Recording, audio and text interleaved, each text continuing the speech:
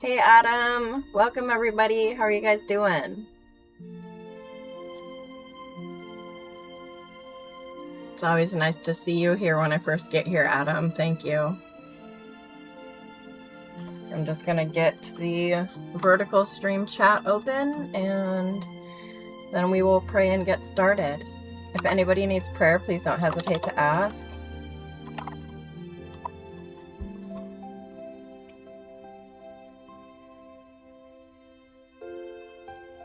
How's the music level?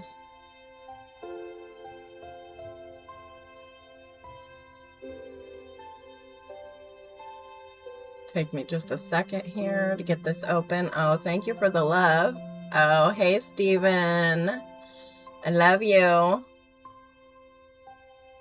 If anybody needs prayer, please don't hesitate to ask. And I don't know if you guys saw my post in the YouTube community, but Shiloh last night, I think it was last night, said a kitty came in the room. I opened my door and my cat Loaf came in the room, and I said, welcome. And he said, if you need prayer, don't hesitate to meow. It was so cute. Okay, all right, I have the chat open here. Just gonna paste the pinned comment. And then we will get going. Welcome to those just joining. God bless you. If you need prayer, please don't hesitate to ask.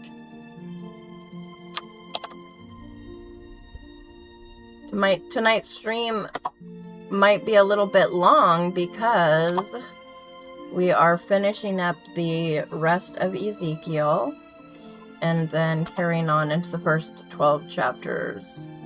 Oh wait, actually, give me just a second.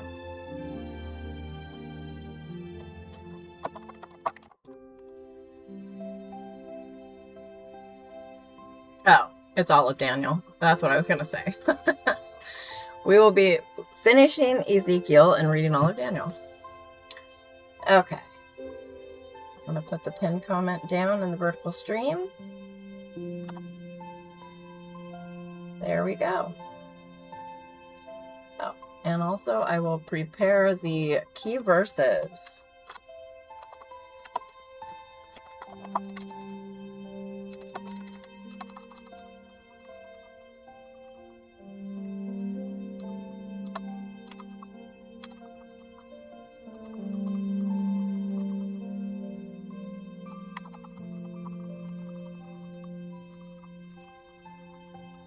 Okay.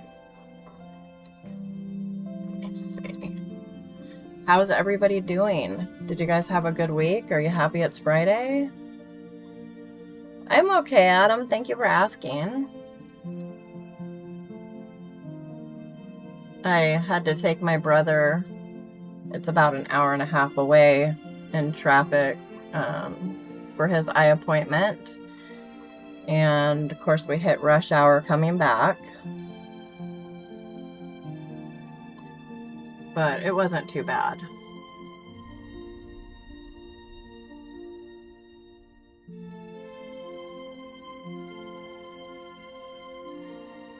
Oops, I hit the intro again. There we go. Now we're set up.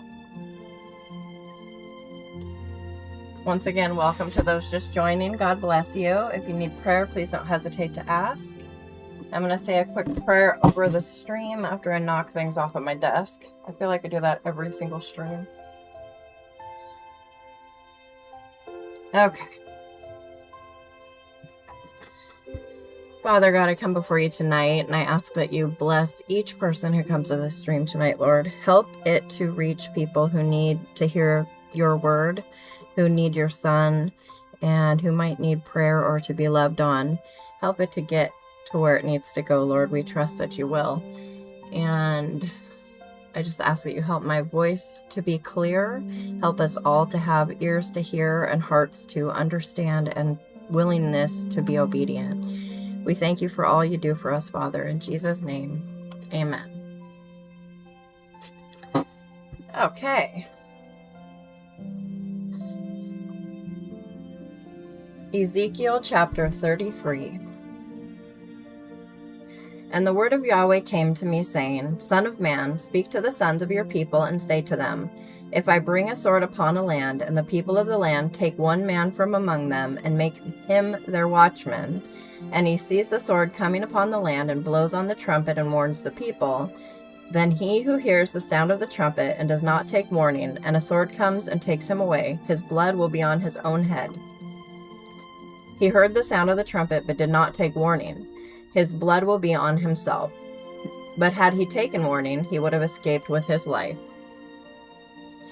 But if the watchman sees the sword coming and does not blow the trumpet, and the people are not warned, and a sword comes and takes a person from them, he is taken away in his iniquity, but his blood I will require from the watchman's hand.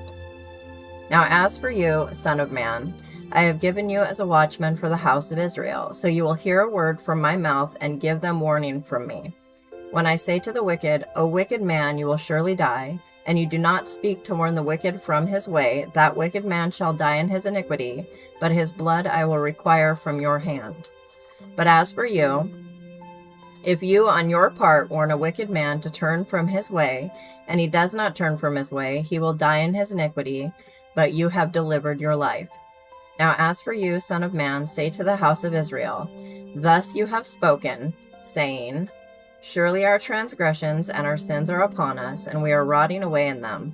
How then can we live? Say to them, As I live, declares Lord Yahweh, I take no pleasure in the death of the wicked, but rather that the wicked turn from his way and live. Turn back from your evil ways. Why then will you die, O house of Israel? Now as for you, son of man, say to the sons of your people, the righteousness of a righteous man will not deliver him in the day of his transgression. And as for the wickedness of the wicked, he will not stumble because of it in the day when he turns from his wickedness. Whereas a righteous man will not be able to live by his righteousness on the day when he commits sin.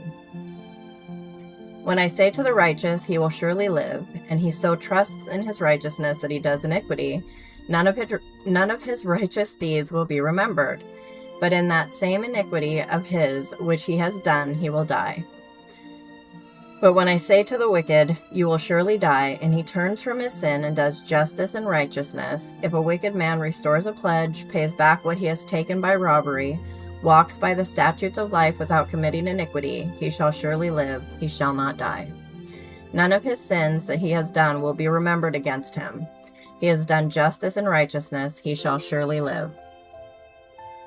Yet the sons of your people say, The way of the Lord is not right, when it is their own way that is not right. When the righteous turns from his righteousness and does iniquity, then he shall die in it.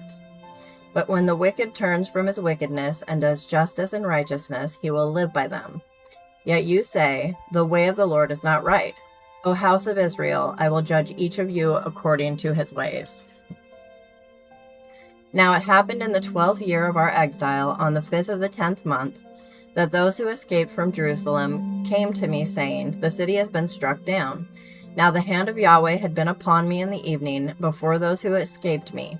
I'm sorry. I totally went back up a line. before those who escaped came. I gotta get back into the flow of things. And he opened my mouth at the time they came to me in the morning, so my mouth was opened, and I was no longer mute. Then the word of Yahweh came to me, saying, Son of man, they who inhabit these waste places in the land of Israel are saying, Abraham was only one, yet he possessed the land.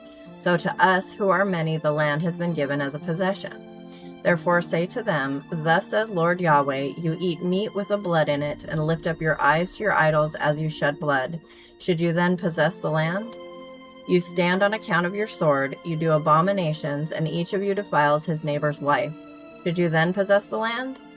Thus you shall say to them, Thus says Lord Yahweh, As I live, surely those who are in the waste places will fall by the sword, and whoever is in the open field I will give to the beasts to be devoured. And those who are in the strongholds and in the caves will die of pestilence. I will make the land a desolation and a desecration, and the lofty pride of her strength will cease, and the mountains of Israel will be desolate, so that no one will pass through. Then they will know that I am Yahweh, when I make the land a desolation and a desecration because of all their abominations which they have done. But as for you, son of man, the sons of your people who talk about you by the walls and in the doorways of the houses, speak to one another, each to his brother, saying, Come now and hear what the word is which comes forth from Yahweh. They come to you as people come, and sit before you as my people, and hear your words.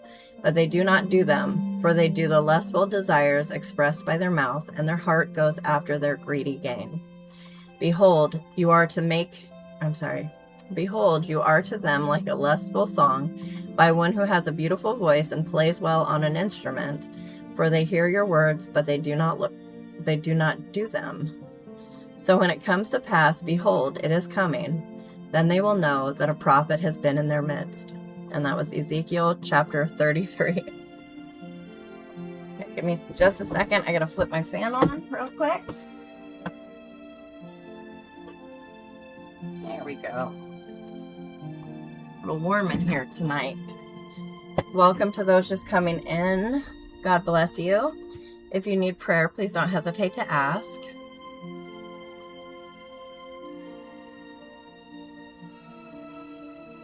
We are reading the rest of Ezekiel tonight, and then Daniel.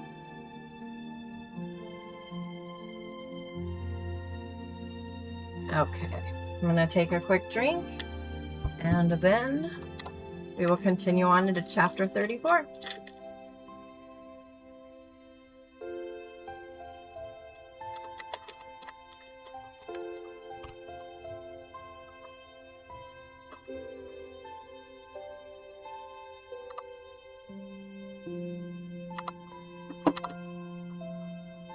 Okay. Ezekiel chapter 34. Then the word of Yahweh came to me, saying, Son of man, prophesy against the shepherds of Israel. Prophesy and say to those shepherds, Thus says Lord Yahweh, Woe, shepherds of Israel, who have been shepherding themselves. Should not the shepherd shepherd the flock? You eat the fat and clothe yourselves with the wool. You sacrifice the fat sheep without shepherding the flock. Those who are sickly you have not strengthened, and the diseased you have not healed, and the broken you have not bound up, and the scattered you have not brought back, nor have you searched for the lost. But with strength and with severity you have dominated them. They were scattered for lack of a shepherd, and they became food for every beast of the field, and were scattered. My flock wandered through all the mountains and on every high hill. My flock was scattered over all the surface of the earth, and there was no one to seek or search for them. Therefore, you shepherds, hear the word of Yahweh. As I live, declares Lord Yahweh, surely because my flock has become plunder, my flock has even become food for all the beasts of the field for lack of a shepherd, and my shepherds did not seek for my flock, but rather the shepherds shepherded themselves and did not shepherd my flock. Therefore, you shepherds, hear the word of Yahweh.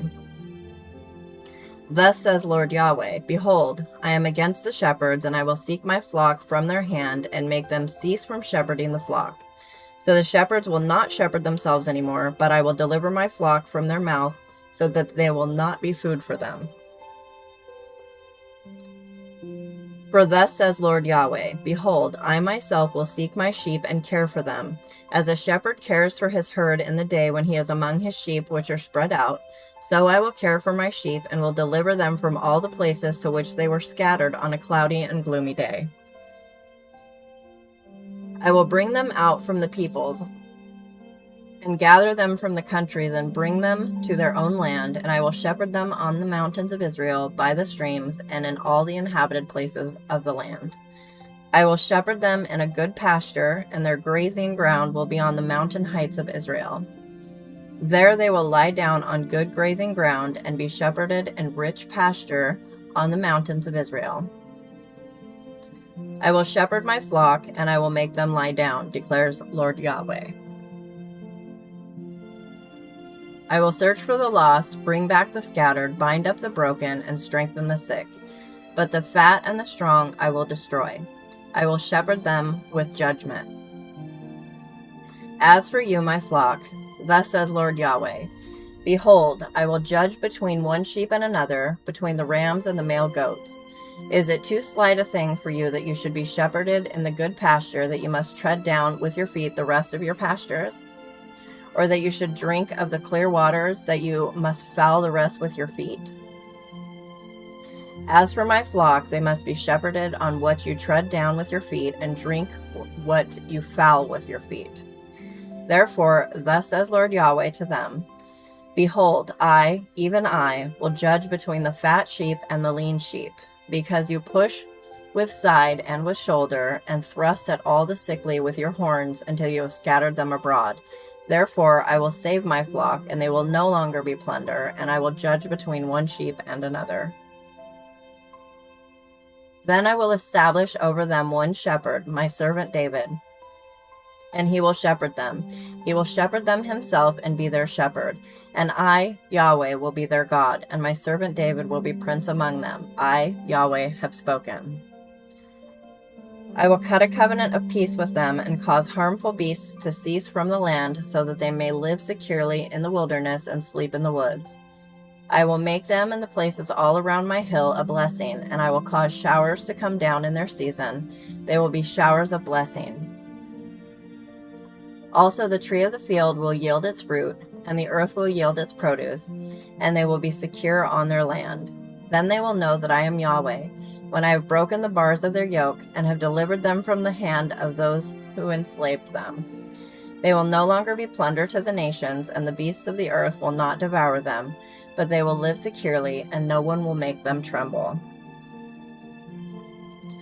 I will establish for them a renowned planting place, and they will not again be victims of famine in the land, and they will not bear the dishonor of the nations any more.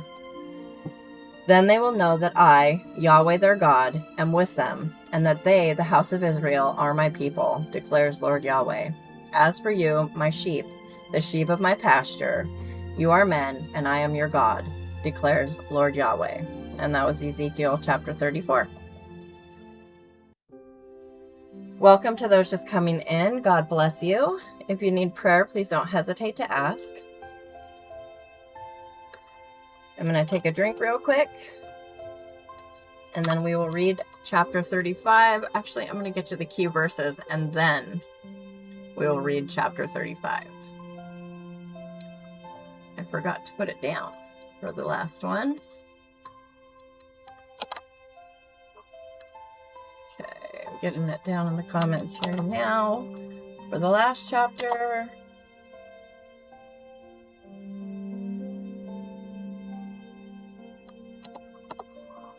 There we go.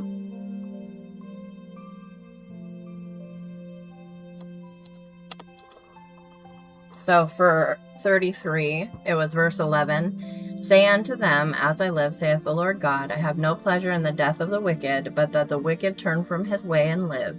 Turn ye from your evil ways, for why will ye die, O house of Israel? And for chapter 34, the key verse is 11. For thus saith the Lord God, behold, I, even I, will both search my sheep and seek them out. I'm going to paste that one down in the comments as well. If anybody needs prayer, please don't hesitate to ask. Thank you for being here tonight. Okay, so I'm going to take a drink now. And then we will get going.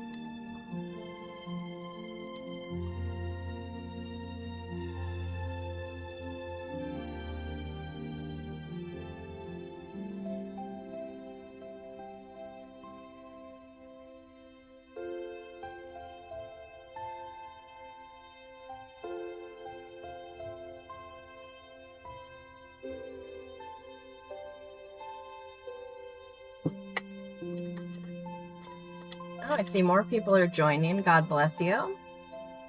If you need prayer, please don't hesitate to ask.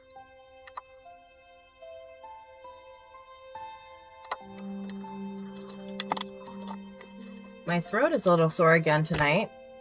And it's strange because it hadn't been. And I was out of the house all day, so that makes me a little nervous. Like, I hope I don't have anything bothering me in the walls or, something crazy. Although I will tell you, I know you guys know how much I love my cats. I am allergic to cats. Very mildly, but with having many now, maybe it's gotten worse. Who knows?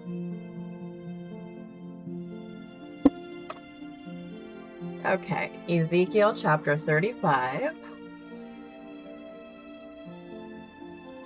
Moreover, the word of Yahweh came to me, saying, Son of man, set your face against Mount Seir, and prophesy against it, and say to it, Thus says Lord Yahweh.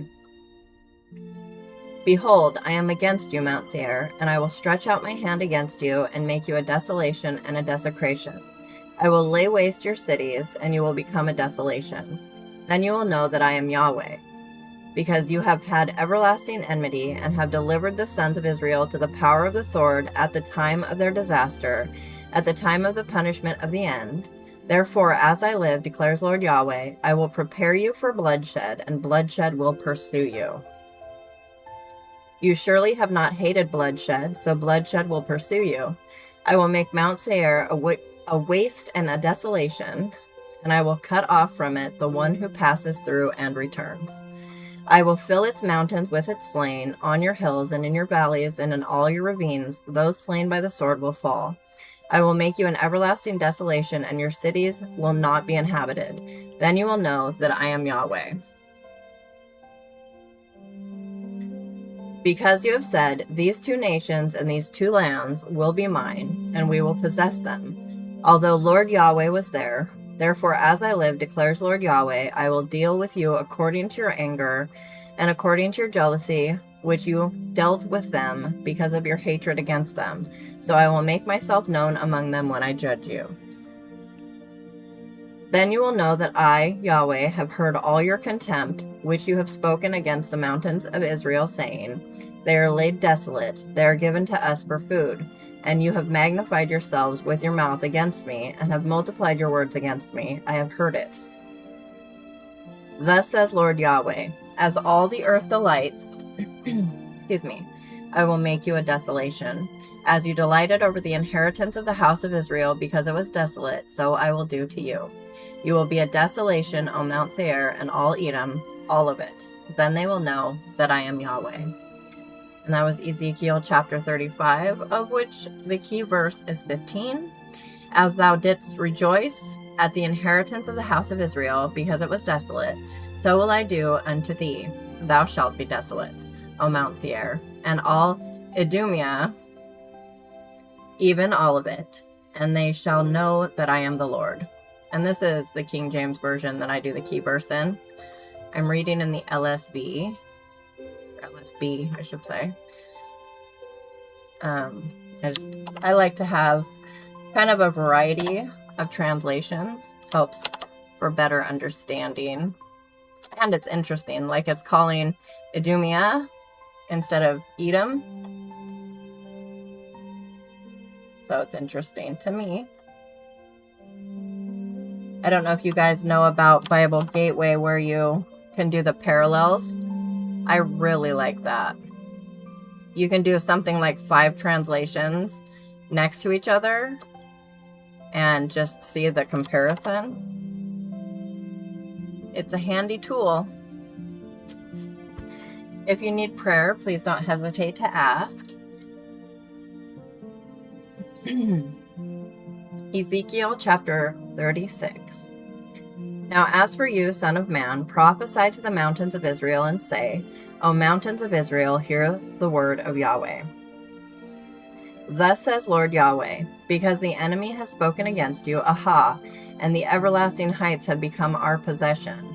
Therefore prophesy and say, Thus says Lord Yahweh, for good reason they have made you desolate and bruised you from every side, that you would become a possession of the rest of the nations, and you have been taken up in the speech of their tongue and the rumors of the people. Therefore, O mountains of Israel, hear the word of Lord Yahweh. Thus says Lord Yahweh to the mountains and to the hills, to the ravines and to the valleys, to the desolate wastes and to the forsaken cities, which have become plunder and objects of scoffing to the rest of the nations which are round about. Therefore, thus says Lord Yahweh, surely in the fire of my jealousy I have spoken against the rest of the nations and against all Edom, who gave my land to themselves as a possession, with wholehearted gladness and with scorn of soul, to drive it out for plunder. Therefore prophesy concerning the land of Israel, and say to the mountains and to the hills, to the ravines and to the valleys, Thus says Lord Yahweh, Behold, I have spoken in my jealousy and in my wrath, because you have borne the dishonor of the nations. Therefore, thus says Lord Yahweh, I have sworn that surely the nations which are around you will themselves bear their dishonor. But you, O mountains of Israel, you will put forth your branches and bear your fruit for my people Israel, for they will soon come. For behold, I am for you, and I will turn to you, and you will be cultivated and sown. I will multiply men on you, all the house of Israel, all of it, and the cities will be inhabited, and the waste places will be rebuilt. I will multiply on you man and beast, and they will multiply and be fruitful, and I will cause you to be inhabited as you were formerly, and will treat you better than at the first. Thus you will know that I am Yahweh, and I will cause men, my people Israel, to walk on you and possess you, so that you will become their inheritance and never again bereave them of children. Thus says Lord Yahweh, because they say to you, You are a devourer of men, and have bereaved your nation of children. Therefore you will no longer devour men, and no longer bereave your nation of children, declares Lord Yahweh. I will not let you hear dishonor from the nations any more, nor will you bear reproach from the peoples any longer, nor will you cause your nation to stumble any longer, declares Lord Yahweh. Then the word of Yahweh came to me, saying, Son of man, when the house of Israel was living in their own land, they defiled it by their ways and their deeds. Their way before me was like the uncleanness of a woman in her impurity. Therefore I poured out my wrath on them for the blood which they had shed on the land, because they had defiled it with their idols. Also I scattered them among the nations, and they were dispersed throughout the lands. Excuse me. According to their ways and their deeds, I judged them. Then they came to the nations to which they came. Oops, my screen jumped. And they profaned my holy name, because it was said of them, These are the people of Yahweh, yet they have come out of his land. But I had concern for my holy name, which the house of Israel had profaned among the nations where they went.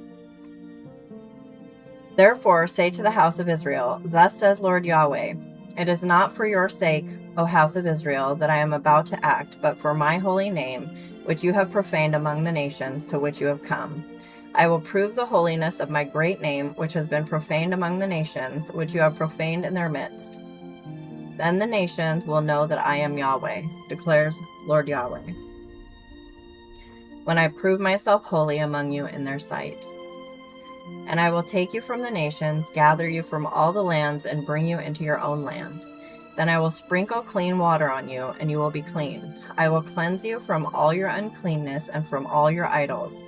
Moreover, I will give you a new heart and put a new spirit within you, and I will remove the heart of stone from your flesh and give you a heart of flesh. I will put my spirit within you and cause you to walk in my statutes, and you will be careful to do my judgments. And you will inhabit the land that I gave to your fathers, so you will be my people, and I will be your God. Moreover, I will save you from all your uncleanness, and I will call for the grain and multiply it, and will not bring a famine on you. I will multiply the fruit of the tree and the produce of the field, so that you will not receive again the reproach of famine among the nations. Then you will remember your evil ways and your deeds that were not good, and you will loathe yourselves to your own faces for your iniquities and your abominations. I am not doing this for your sake, declares Lord Yahweh. Let it be known to you. Be ashamed and feel dishonor for your ways, O house of Israel. Thus says Lord Yahweh, on the day that I cleanse you from all your iniquities, I will cause the cities to be inhabited, and the waste places will be rebuilt. The desolate land will be cultivated, instead of being a desolation in the sight of everyone who passes by. And they will say, this desolate land has become like the Garden of Eden, and the waste, desolate, and ruined cities are fortified and inhabited. Then the nations that remain all around you will know that I, Yahweh, have rebuilt the ruined places and planted that which was desolate. I, Yahweh, have spoken and will do it. Thus says Lord Yahweh, this also I will let the house of Israel inquire of me to do for them. I will increase their men like a flock for holy offerings, like the flock of Jerusalem during her appointed times. So will the waste cities be filled with flocks of men. Then they will know that I am Yahweh. And that was Ezekiel chapter 36. And the key verse for chapter 36 was 26, which is, a new heart also will I give you, and a new spirit will I put within you, and I will take away the stony heart out of your flesh, and I will give you a heart of flesh. And I will paste that down in the comments.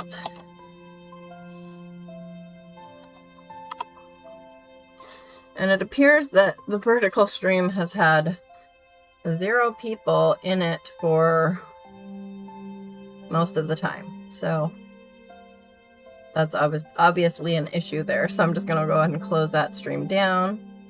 Yeah, there were 2 views total. One was me and one was my son. So I don't know what's going on with that, but that's okay. I will close that down and focus on the main stream tonight. Okay. Welcome to those just joining us. God bless you. If you need prayer, please don't hesitate to ask. I am going to take a drink real quick, and then we will continue on reading into chapter 37.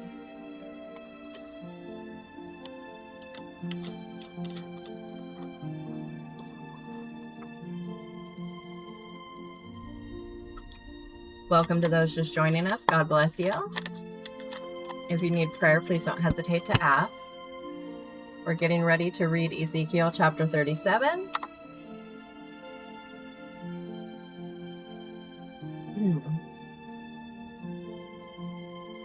Okay. Actually, give me just a second. I'm going to pop over into the Discord and send them the link. I usually do it a few minutes ahead. And I did it an hour ahead, but then forgot.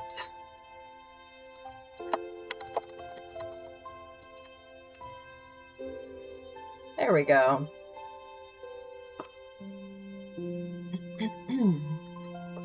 Okay, one more sip, and then we'll read chapter 37. How's everybody doing tonight?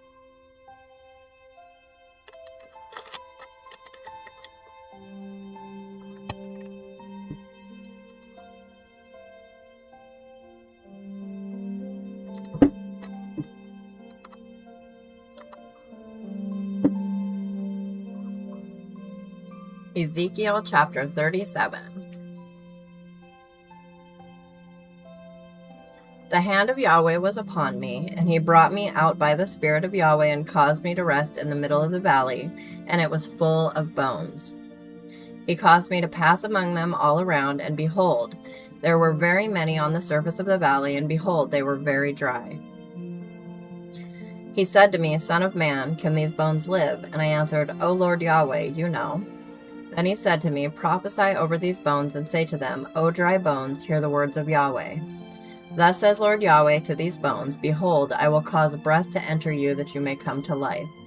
I will put sinews on you, make flesh come up upon you, cover you with skin, and put breath in you, that you may come alive, and you will know that I am Yahweh. So I prophesied as I was commanded, and as I prophesied there was a noise, and behold, a rumbling, and the bones came together, bone to its bone. And I looked, and behold, sinews were on them, and flesh came up upon them, and skin covered them, but there was no breath in them. Then he said to me, Prophesy to the breath, prophesy, Son of man, and say to the breath, Thus says Lord Yahweh, Come from the four winds, O breath, and breathe on these who were killed, that they may come to life. So I prophesied as he commanded me, and the breath came into them, and they came to life and stood on their feet, an exceedingly great military force.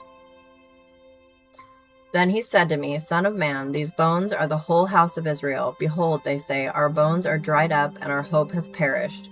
We are completely cut off.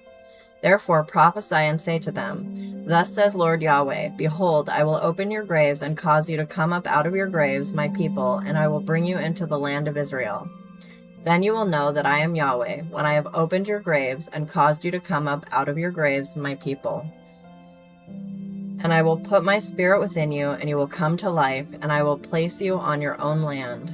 Then you will know that I, Yahweh, have spoken and done it, declares Yahweh. The word of Yahweh came again to me, saying, Now as for you, son of man, take for yourself one stick and write on it, for Judah and for the sons of Israel, his companions. Then take another stick and write on it, for Joseph, the stick of Ephraim, and all the house of Israel, his companions. Then draw them together for yourself, one to another, into one stick, that they may become one in your hand. And when the sons of your people speak to you, saying, Will you not declare to us what you mean by these? Say to them, Thus says Lord Yahweh, Behold, I will take the stick of Joseph, which is in the hand of Ephraim, and the tribes of Israel, his companions, and I will put them with it, with the stick of Judah, and make them one stick, and they will be one in my hand. And the sticks on which you write will be in your hand before their eyes. And speak to them, Thus says Lord Yahweh, Behold, I will take the sons of Israel from among the nations where they have gone, and I will gather them from every side and bring them into their own land. And I will make them one nation in the land on the mountains of Israel, and one king will be king for all of them, and they will no longer be two nations, and no longer be divided into two kingdoms. They will no longer defile themselves with their idols, or with their detestable things, or with any of their transgressions, but I will save them from all their places of habitation in which they have sinned, and will cleanse them, and they will be my people, and I will be their God. Oh, hi, Toothless. How are you? Welcome. God bless you. If anybody needs prayer, please don't hesitate to ask.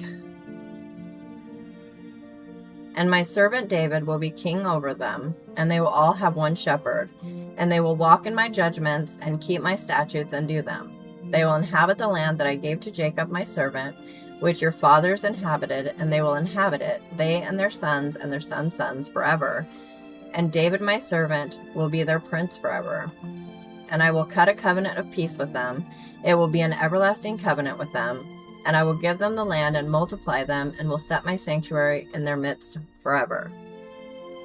My dwelling place also will be with them, and I will be their God, and they will be my people. And the nations will know that I am Yahweh, who sanctifies Israel, when my sanctuary is in their midst forever.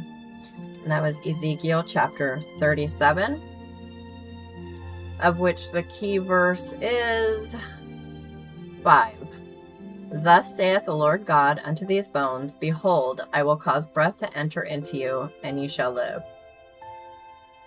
And you gotta love that, because how often do we kind of feel like dry bones, you know? Like we're just going to be stuck in a pit or a rut or whatever the case may be forever. And we forget just how powerful God is. You know, if he can bring dry bones to life and put skin back on them and command breath to come back into them and make a whole military, then of course he can bring us back to life, drag us up out of the pit, right? Praise God. You're okay, Toothless? I'm okay. A little, I don't know if it's allergies, if it's the season, or... Big yawn, sorry. Here comes the train. I sure wish Hugo was with us tonight to hear it. I am going to take a drink, and then we will read Ezekiel chapter 38 after the train is done being obnoxious.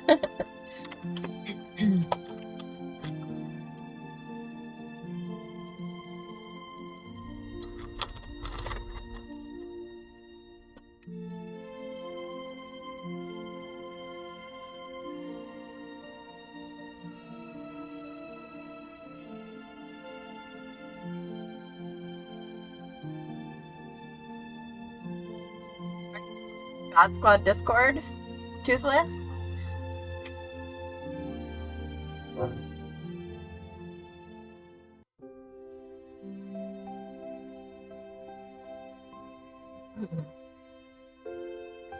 Boy, the train is being especially loud tonight.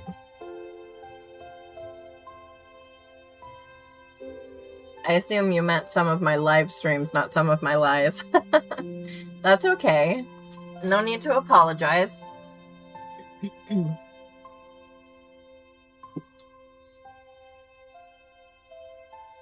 am glad you are here tonight.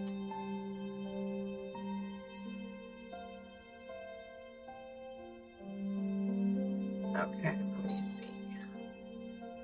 I need to check a setting real quick.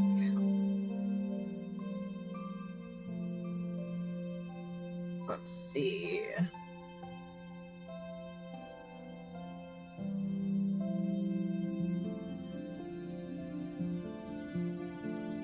Okay, yeah, some of the settings were a little off in here. So I'm going to get this corrected real quick.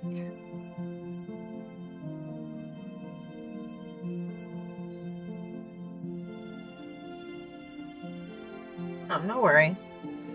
Okay.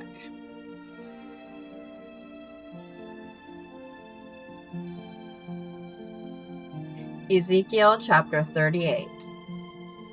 And the word of Yahweh came to me, saying, Son of man, set your face toward Gog of the land of Magog, the chief prince of Meshach and Tubal, and prophesy against him, and say, Thus says Lord Yahweh, Behold, I am against you, O Gog, chief prince of Meshach and Tubal. I will turn you about and put hooks into your jaws, and I will bring you out, and all your military force, horses and horsemen, all of them magnificently dressed, a great assembly with large shield and shield, all of them wielding swords, Persia, Ethiopia, and Put with them, all of them with shield and helmet, Gomer with all its troops, Beth-Togarmah, from the remote parts of the north with all its troops, many peoples with you. Be prepared and prepare yourself, you and all your assembly that are assembled about you, and be a guard for them. After many days you will be mustered. In the last years you will come into the land that is restored from the sword, whose inhabitants have been gathered from many peoples to the mountains of Israel, which had been a continual waste. But its people were brought out from the peoples, and they were living securely, all of them. Okay. And you will go up, you will come like a storm, you will be like a cloud covering the land, you and all your troops, and many peoples with you. Thus says Lord Yahweh, it will be in that day that thoughts will come into your heart, and you will devise an evil plan. And you will say, I will go up against the land of unwalled villages. I will go against those who dwell quietly, that live securely, all of them living without walls, and having no bars or gates, to capture spoil and to seize plunder, to turn your hand against the waste places, which are now inhabited, and against the people who are gathered from the nations, who have acquired cattle and property, who live at the center of the world. Sheba and Dedan and the merchants of Tarshish, with all its young lions, will say to you, have you come to capture spoil? Have you assembled your assembly to seize plunder, to carry away silver and gold, to take away cattle and goods, to capture great spoil? Therefore prophesy, Son of Man, and say to Gog, thus says Lord Yahweh, on that day, when my people Israel are living securely, will you not know it? You will come from your place out of the remote parts of the north, you and numerous peoples with you, all of them riding on horses, a great assembly and a numerous military force. And you will come up against my people Israel like a cloud to cover the land. It will be in the last days that I will bring you against my land, so that the nations may know me when I prove myself holy through you before their eyes, O Gog. Thus says Lord Yahweh, are you the one of whom I spoke in former days by the hand of my slaves the prophets of Israel, who prophesied in those days for many years that I would bring you against them? And it will be in that day, when Gog comes against the land of Israel, declares Lord Yahweh, that my wrath will mount up in my anger. In my zeal and in my blazing fury, I have spoken that on that day there will surely be a great earthquake in the land of Israel. And the fish of the sea, the birds of the sky, the beasts of the field, all the creeping things that creep on the ground, and all the men who are on the face of the earth will quake at my presence. The mountains also will be pulled down, the steep pathways will fall, and every wall will fall to the earth. And I will call for a sword against him on all my mountains, declares Lord Yahweh. Every man's sword will be against his brother. With pestilence and with blood I will enter into judgment with him. And I will rain on him and on his troops and on the numerous peoples who are with him, a torrential rain, with hailstones, fire, and brimstone. And I will magnify myself. I will manifest myself as holy, and I will make myself known in the sight of many nations, and they will know that I am Yahweh. And that was Ezekiel chapter 38, of which the key verse is 23, which says, thus will I magnify myself and sanctify myself, and will be known in the eyes of many nations, and they shall know that I am the Lord. I'll paste that down in the comments. Oops. There we go. I'm going to refresh the stream because it's showing 0 people in here. And I will take a drink while I do that.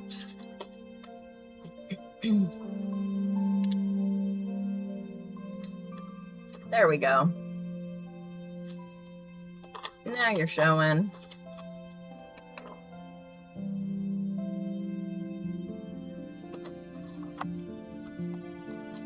If anybody needs prayer, please don't hesitate to ask.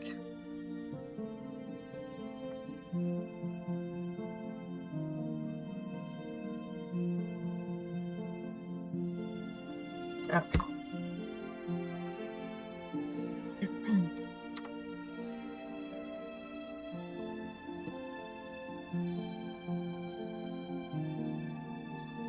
That's okay. Moms definitely take priority.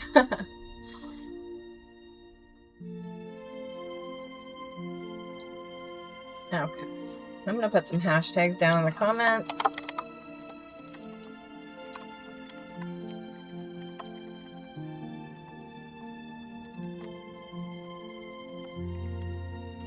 There we go. And I'm actually curious. I'm going to look up some commentary real quick on Ezekiel chapter 38. And see.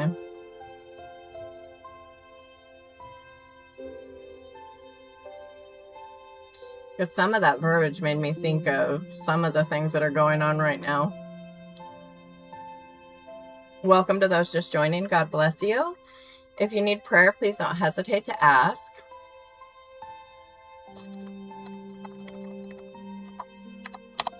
Okay, there, pop that up for later so that I'll remember to do some studying on it. Very interesting stuff.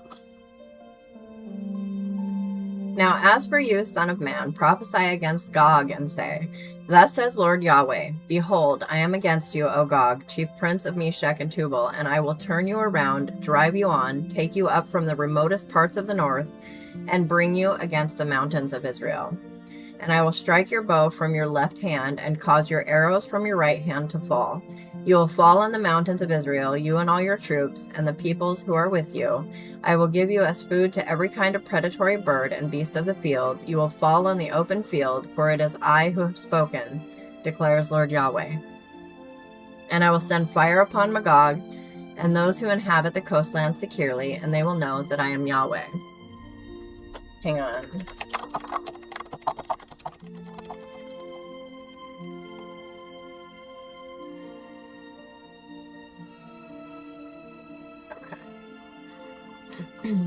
And my holy name I will make known in the midst of my people Israel, and I will not let my holy name be profaned anymore. And the nations will know that I am Yahweh, the Holy One in Israel. Behold, it is coming, and it shall be done, declares Lord Yahweh. That is the day of which I have spoken. Then those who inhabit the cities of Israel will go out and make fires with the weapons and burn them, both shields and large shields, bows and arrows, war clubs and spears, and for 7 years they will make fires of them. They will not carry wood from the field or gather firewood from the forests, for they will make fires with the weapons, and they will take the spoil of those who made them into spoil, and seize the plunder of those who plundered them, declares Lord Yahweh. And it will be in that day that I will give Gog a burial ground there in Israel, the valley of those who pass by east of the sea, and it will block off those who would pass by. So they will bury Gog there with all his multitude, and they will call it the valley of Hamon-Gog. And for 7 months the house of Israel will be burying them in order to cleanse the land. Even all the people of the land will bury them, and it will be unto their name on the day that I glorify myself, declares Lord Yahweh. Now they will set apart men who will continually pass through the land, burying those who were passing through, even those left on the surface of the ground, in order to cleanse it. At the end of 7 months they will make a search, and those who pass through the land will pass through. And when anyone sees a man's bone, he will set up a marker by it until the buriers have buried it in the valley of Hamon-Gog. And even the name of the city will be Hamona, so they will cleanse the land. Now as for you, son of man, thus says Lord Yahweh, say to every kind of bird and to every beast of the field, Gather and come, assemble from every side to my sacrifice, which I am going to sacrifice for you as a great sacrifice on the mountains of Israel, that you may eat flesh and drink blood. You will eat the flesh of mighty men and drink the blood of the princes of the earth, as though they were rams, lambs, goats, and bulls, all of them fatlings of Bashan. So you will eat fat until you are satisfied, and drink blood until you are drunk, for my sacrifice which I have sacrificed for you. And you will be satisfied at my table with horses and charioteers, with mighty men and all the men of war, declares Lord Yahweh. And I will put my glory among the nations, and all the nations will see my judgment which I have executed, and my hand which I have placed on them. And the house of Israel will know that I am Yahweh their God from that day onward.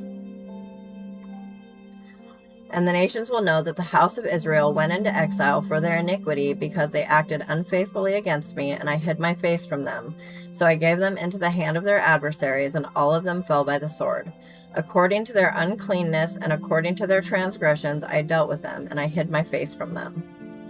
Therefore, thus says Lord Yahweh, now I will return the fortunes of Jacob, and have compassion on the whole house of Israel, and I will be jealous for my holy name.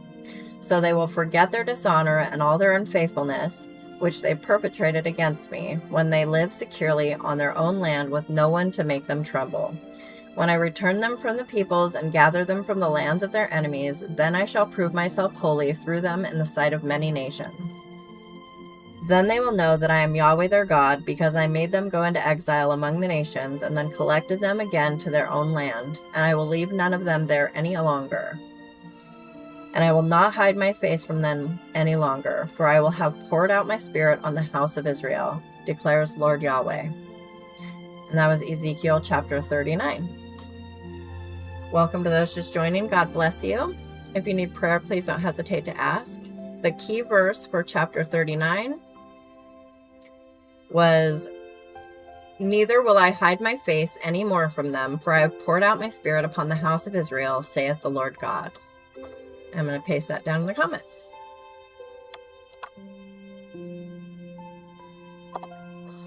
There we go.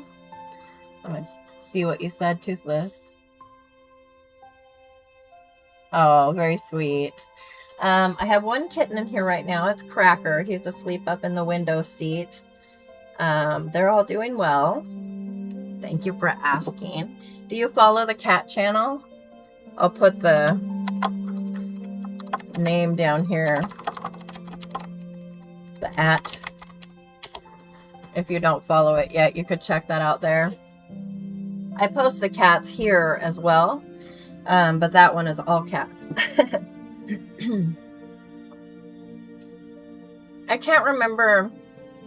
I think you told me what kind of cat you have, and the cat's name, I just can't remember now.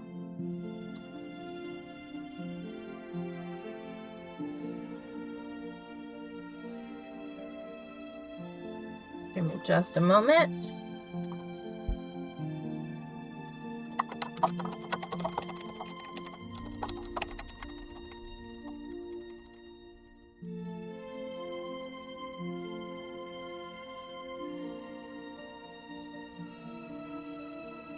Okay, so I'm reading here about what the center of the earth they're talking about in Ezekiel, or what God is talking about in Ezekiel 37.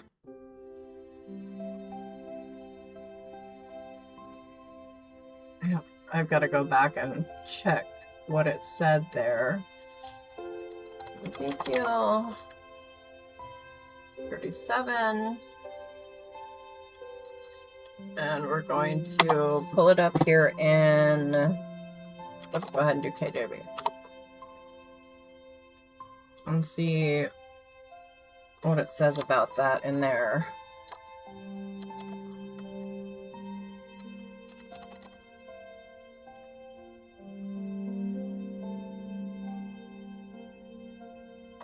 Doesn't say center.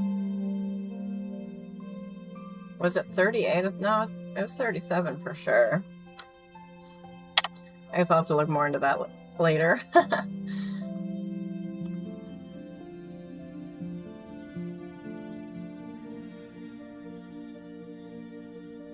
Oh, is it Trotro or Totro? Either way, both are cute. Kitties are wonderful. It's a very quiet night tonight. You know what, though? I am usually live at 10 o'clock. And tonight, because it was going to be a longer stream, I went ahead and started an hour earlier. Because I wanted more opportunity for other people to come as well. I'm going to go ahead and try to start another mobile stream and see if we can get that going. YouTube is so funny.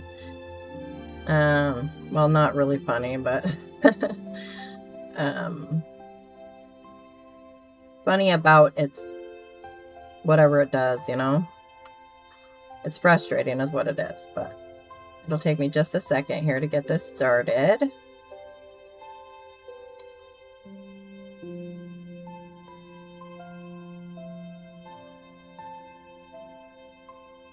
And if anybody needs prayer, please don't hesitate to ask. Jesus loves you, and so do I. I'm always happy to lift up anybody who wants it. And you don't even have to say what it's about. You know, if you need prayer, you can drop the praying hands emoji or just say, hey, can you pray for me? And I am here for you. Okay, so we're going to get this started over here. And see if we can get the word of God to more people. Right? That's what we're supposed to do. It's what we're called to do. Okay.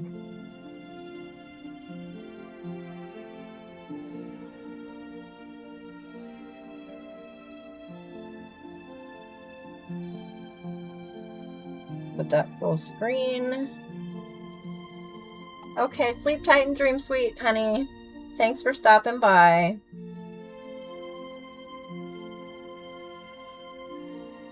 Okay.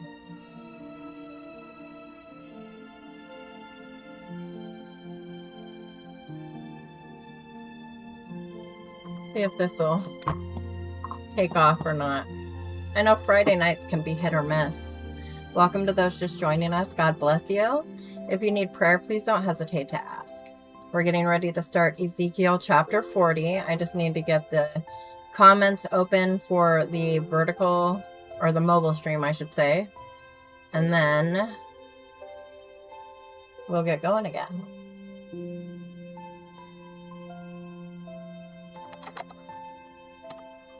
You still awake out there, Adam?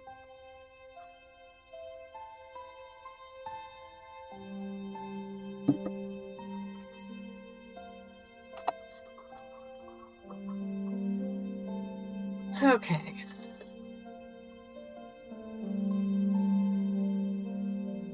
Give me just a moment. Finishing getting this comment section open.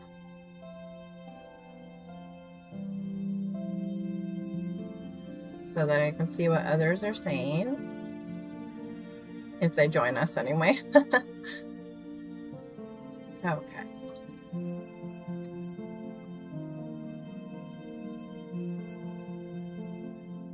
Welcome. I see more people joining. God bless you. If you need prayer, please don't hesitate to ask.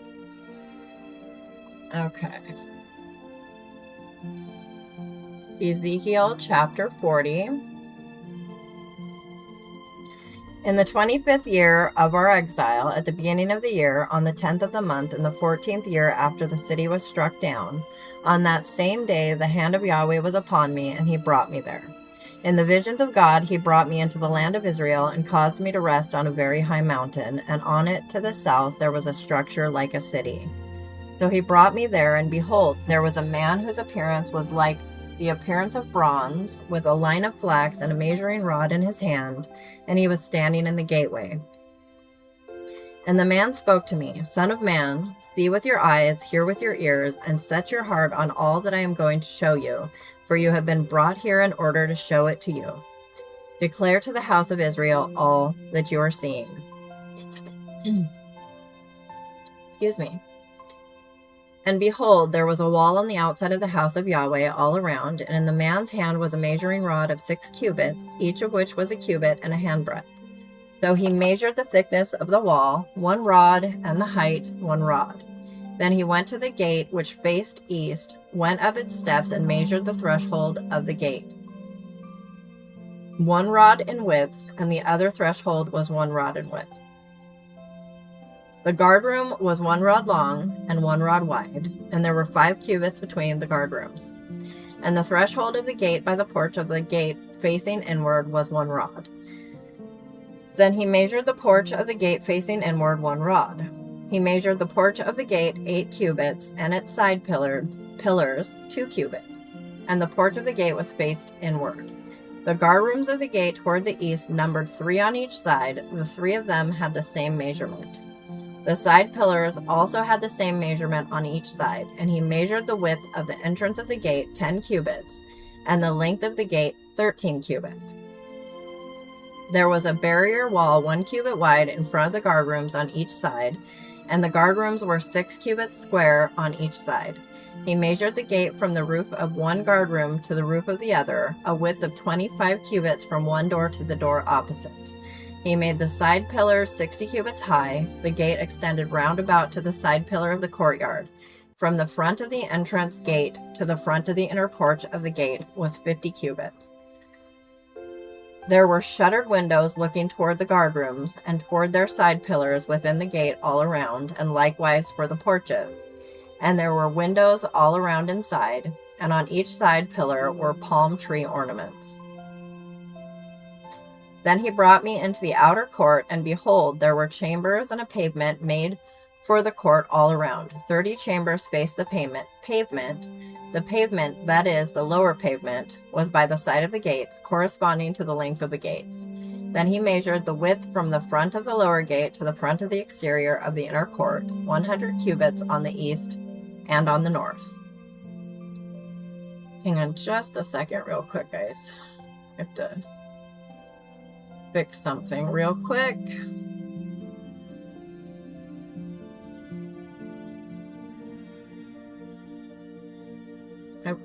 Welcome to those just coming in. God bless you. Give me just a quick second here. YouTube is giving me fits tonight, but we will get it going. It keeps popping settings off again. There we go. Now we got it.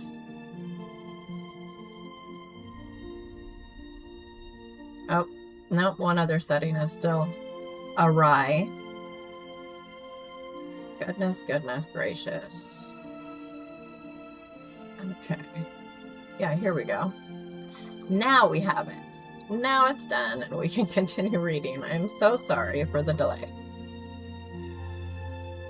Okay. As for the gate of the outer court, which faced the north, he measured its length and its width. It had 3 guard rooms on each side, and its side pillars and its porches had the same measurement as the first gate.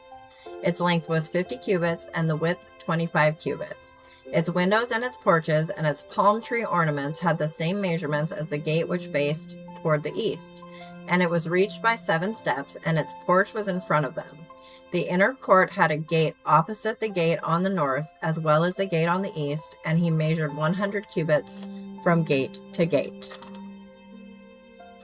Then he led me toward the south, and behold, there was a gate toward the south, and he measured its side pillars and its porches according to those same measurements.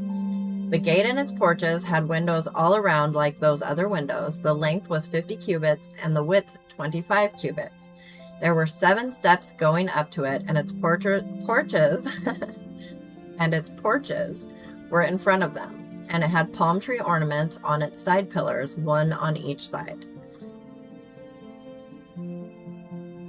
The inner court had a gate toward the south, and he measured from gate to gate toward the south 100 cubits. Then he brought me to the inner court by the south gate, and he measured the south gate according to those same measurements. Hey, Chaos, it's funny. I was literally just thinking about you.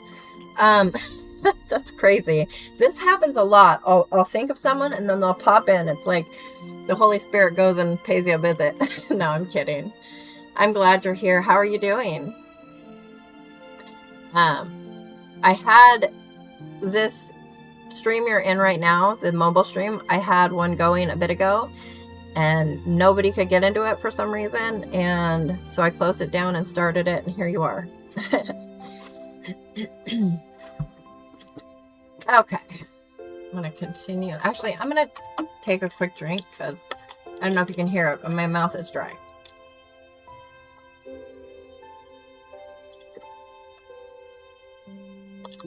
There we go. Again, welcome to those just joining us. God bless you. If you need prayer, please don't hesitate to ask. We are in Ezekiel 40 right now, and we will be finishing off Ezekiel tonight, as well as Daniel. Then he brought me to the inner court by the south gate, and he measured the south gate according to those same measurements. Its guard rooms also, its side pillars and its porches were according to those same measurements. And the gate and its porches had windows all around. It was 50 cubits long and 25 cubits wide. There were porches all around, 25 cubits long and 5 cubits wide. Its porches were toward the outer court, and palm tree ornaments were on its side pillars, and its stairway had 8 steps. Then he brought me into the inner court toward the east, and he measured the gate according to those same measurements. Its guard rooms also, its side pillars, and its porches were according to those same measurements. And the gate and its porches had windows all around. It was 50 cubits long and 25 cubits wide. Its porches were toward the outer court, and palm tree ornaments were on its side pillars on each side, and its stairway had 8 steps. Then he brought me to the north gate, and he measured it according to those same measurements, with its guard rooms, its side pillars, and its porches. And the gate had windows all around. The length was 50 cubits, and the width 25 cubits. Its side pillars were toward the outer court, and palm tree ornaments were on its side pillars on each side, and its stairway had 8 steps. A chamber with its doorway was by the side pillars at the gates. There they rinsed the burnt offering. In the porch of the gate were 2 tables on each side on which to slaughter the burnt offering, the sin offering, and the guilt offering. On the outer side, as one went up to the entrance of the gate toward the north, were 2 tables, and on the other side of the porch of the gate were 2 tables.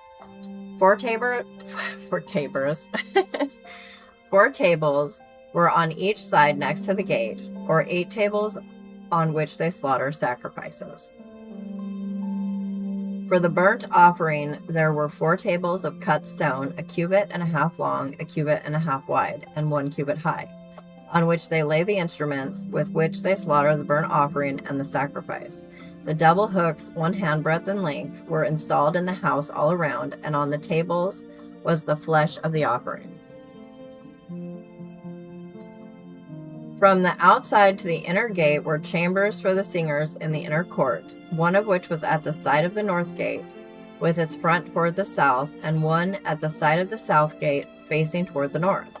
Then he said to me, "This is the chamber which faces toward the south, intended for the priests who keep the responsibility of the house. But the chamber which faces toward the north is for the priests who keep the responsibility of the altar. These are the sons of Zadok, who from the sons of Levi come near to Yahweh to minister to him." He measured the court, a perfect square, 100 cubits long and 100 cubits wide, and the altar was in front of the house. Then he brought me to the porch of the house and measured each side pillar of the porch, 5 cubits on each side, and the width of the gate was 3 cubits on each side. The length of the porch was 20 cubits, and the width 11 cubits, and at the stairway by which it was ascended were columns belonging to the side pillars, 1 on each side. And that was Ezekiel chapter 40, of which the key verse is 4, which says, "And the man said unto me, Son of man, behold with thine eyes, and hear with thine ears, and set thine heart upon all that I shall shew thee, for the intent that I might shew them unto thee art thou brought hither. Declare all that thou seest to the house of Israel." And I will pop that down in the comments. Give me just a second.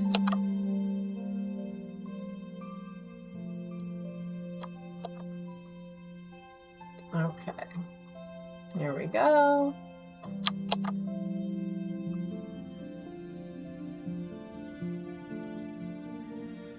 And then I will read the comments. Let's see.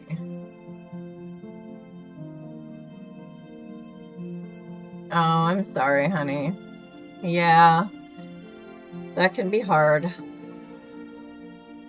You just gotta lean on God sometimes, right?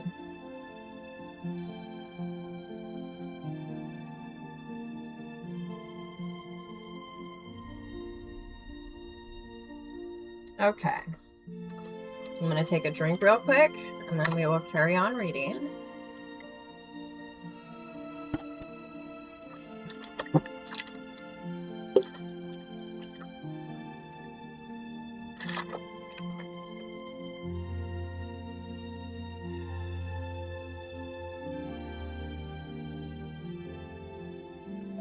Okay.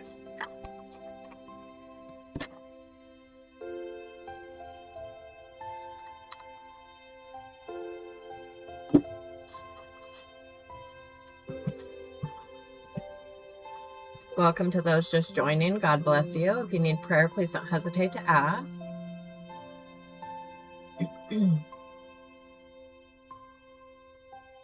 Ezekiel chapter 41. Then he brought me to the nave and measured the side pillars. 6 cubits wide on each side was the width of the side pillar. The width of the entrance was 10 cubits, and the sides of the entrance were 5 cubits on each side. And he measured the length of the nave 40 cubits, and the width 20 cubits. Then he went inside and measured each side pillar of the doorway 2 cubits, and the doorway 6 cubits high, and the width of the doorway 7 cubits. He measured its length 20 cubits, and the width 20 cubits before the nave, and he said to me, This is the Holy of Holies. Then he measured the wall of the house of Yahweh 6 cubits, and the width of the side chambers 4 cubits, all around about the house on every side. The side chambers were in 3 stories, one above another, and 30 in each story, and the side chambers extended to the wall which stood on their inward side all around, that they might be fastened, and not be fastened into the wall of the house itself. The side chambers surrounding the house were wider at each successive story, because the structure surrounding the house went upward by stages on all sides of the house. Therefore, the width of the house increased as it went higher, and thus one went up from the lowest story to the highest by way of the second story. I saw also that the house had a raised platform all around. The foundations of the side chambers were a full rod of 6 long cubits in height. The thickness of the outer wall of the side chambers was 5 cubits. But the free space between the side chambers belonging to the house and the outer chambers was 20 cubits in width all around the house on every side. The doorways of the side chambers toward the free space consisted of one doorway toward the north and another doorway toward the south, and the width of the place of the free space was 5 cubits all around. The building that was in front of the separate area at the side toward the west was 70 cubits wide, and the wall of the building was 5 cubits thick all around, and its length was 90 cubits. Then he measured the house 100 cubits long. The separate area with the building and its walls were also 100 cubits long.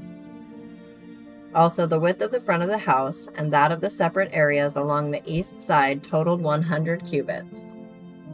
He measured the length of the building along the front of the separate area behind it, with a gallery on each side, 100 cubits, along with the inner nave and the porches of the court. The thresholds, the lattice windows, and the galleries round about their 3 stories opposite the threshold were paneled with wood all around and from the ground to the windows, but the windows were covered. Over the entrance and to the inner house, and on the outside and all the wall all around inside and outside by measurement. It was carved with cherubim and palm trees, and a palm tree was between cherub, and every cherub had 2 faces, a man's face toward the palm tree on one side, and a young lion's face toward the palm tree on the other side. They were carved on all the house all around. From the ground to above the entrance, cherubim and palm trees were carved, as well as on the wall of the nave.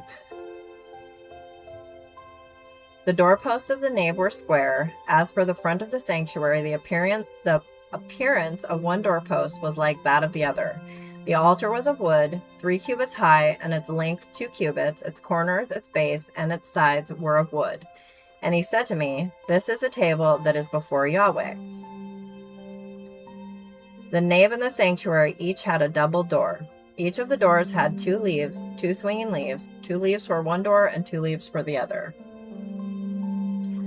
Also there were carved on them, on the doors of the nave, cherubim and palm trees like those carved on the walls, and there was a canopy of wood over the front of the porch outside.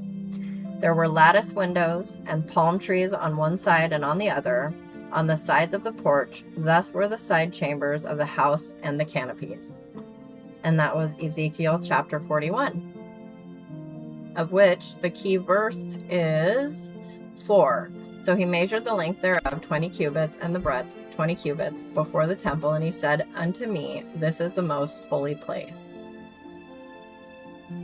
I will paste that down into the comments. Welcome to those just joining us. God bless you. If you need prayer, please don't hesitate to ask. Okay. There we go. And I need to send my son a quick message. I'm going to have him come read you guys a chapter here in a minute or two.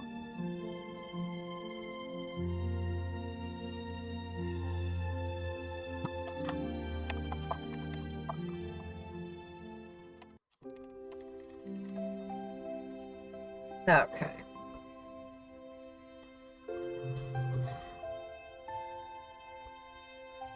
Ezekiel chapter 42. Then he brought me out into the outer court, the way toward the north, and he brought me to the chamber which was opposite the separate area and opposite the building toward the north. Along the length, which was 100 cubits, was the north door. I skipped a line. The width was 50 cubits. Opposite the 20 cubits, which belonged to the inner court, and opposite the pavement, which belonged to the outer court, was gallery corresponding to gallery in 3 stories. Before the chambers was an inner walk 10 cubits wide, a way of 100 cubits, and their openings were on the north. Now the upper chambers were smaller because the galleries took more space away from them than from the lower and middle ones in the building. For they were in 3 stories and had no pillars like the pillars of the courts. Therefore the upper chambers were set back from the ground upward, more than the lower and middle ones. As for the outer wall by the side of the chambers, toward the outer court facing the chambers, its length was 50 cubits. For the length of the chambers which were in the outer court was 50 cubits, and behold, the length of those facing the temple was 100 cubits. Below these chambers was the entrance on the east side, as one enters them from the outer court. Oh, hey, Katrina. I was just thinking about you. In the thickness of the wall of the court toward the east, facing the separate area and facing the building, there were chambers. The way in front of them was like the appearance of the chambers which were on the north. According to their length, so was their width, and all their exits were both according to their arrangements and openings. Corresponding to the openings of the chambers which were toward the south was an opening at the head of the way in front of the wall toward the east, as one enters them. Then he said to me, the north chambers and the south chambers, which are opposite the separate area, they are the holy chambers where the priests who are near to Yahweh shall eat the most holy things. There they shall lay the most holy things, the grain offering, the sin offering, and the guilt offering, for the place is holy. When the priests enter, then they shall not go out into the outer court from the sanctuary without laying there their garments in which they minister, for they are holy. They shall put on other garments, then they shall come near to that which is for the people. Then he had finished measuring the inner house. You feel unwanted and hurt? What's going on? Are you talking about what happened before? Then he had finished measuring the inner house. He brought me out by the way of the gate which faced toward the east and measured it all around.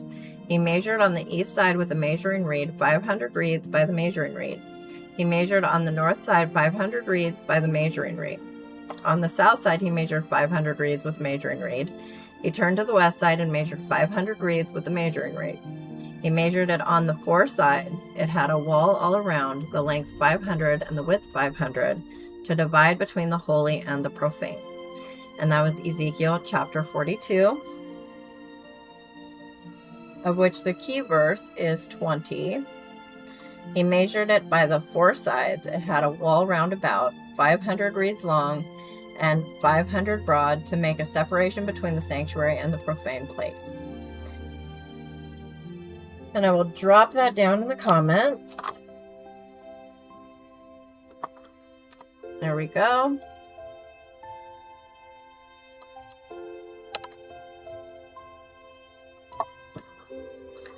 There's nothing wrong with being the quiet kid. I know it's like, for lack of a better term, it sucks, right? I'm so sorry that you're going through that. School can be so hard because kids can be super cruel. And it's sad because,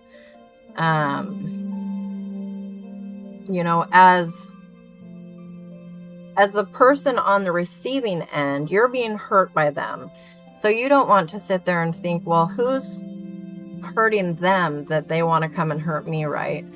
But so often that is the case, that they are being bullied either at home or somewhere else. So it's good to try and give them grace and to forgive them. They cannot break you. I will tell you that. And I rebuke that. In the name of Jesus, I rebuke that right now. And I speak wholeness over you. You are a son of the Most High God. You are made in the image of God. They cannot break what they did not make. Right? And I know it's easy for someone who's not living through it right now to say, right? Or seems that way. But I was bullied terribly in school. You know, I was not skinny, and people made sure to remind me of that all the time. Also, I was a Christian, always have been. And other things, you know, other reasons. So I understand what it's like to be picked on and bullied and stuff like that. And it just sucks. There's really no better way to put it. I really encourage you, aside from praying about it, make sure you're talking to your parents or a trusted adult. And if these kids are getting to be too much, you know, you could talk to a school counselor, your teacher or principal, whoever your trusted adult is. Okay, honey, you don't have to sit there and just bear that alone. If they're bullying you, it should be dealt with. It should be handled. So, you know, reach out for help if you need it.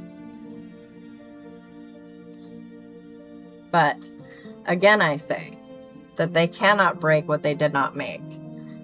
And remember that. And just lay it at the throne of God every day. Just lay it at his feet, you know. And you can always talk to me. You know, you're on the Discord. We're there for each other over there, okay? So don't hesitate to send me a message. And I will be praying for you. I'm going to lift you up right now. Father God, please be with my little brother here who is going through such difficult times at school. Lord, we know that he can do all things through your Son, just like all of us can, Lord, because you have blessed us with that ability. Be with him.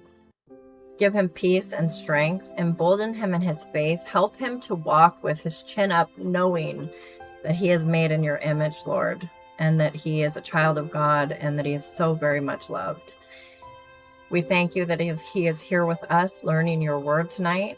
And we ask that you just give him peace, wrap your arms around him, and help him through this most difficult time of just being a young man and going through all of this.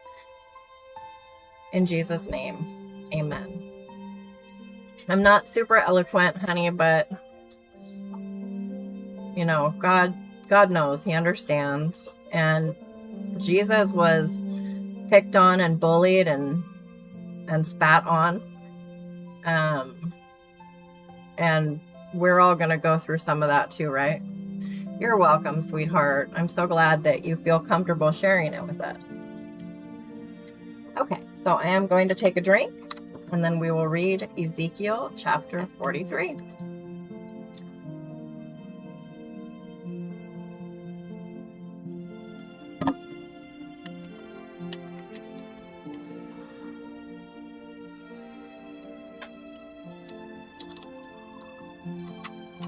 I don't think my son got my message. Let me message him again. I don't know if you guys can hear it or not, but Kenneth and Steven are running around outside, up the stairs and around up in the top of the house and by my door, having a grand old time. Okay, so I'm going to message real quick.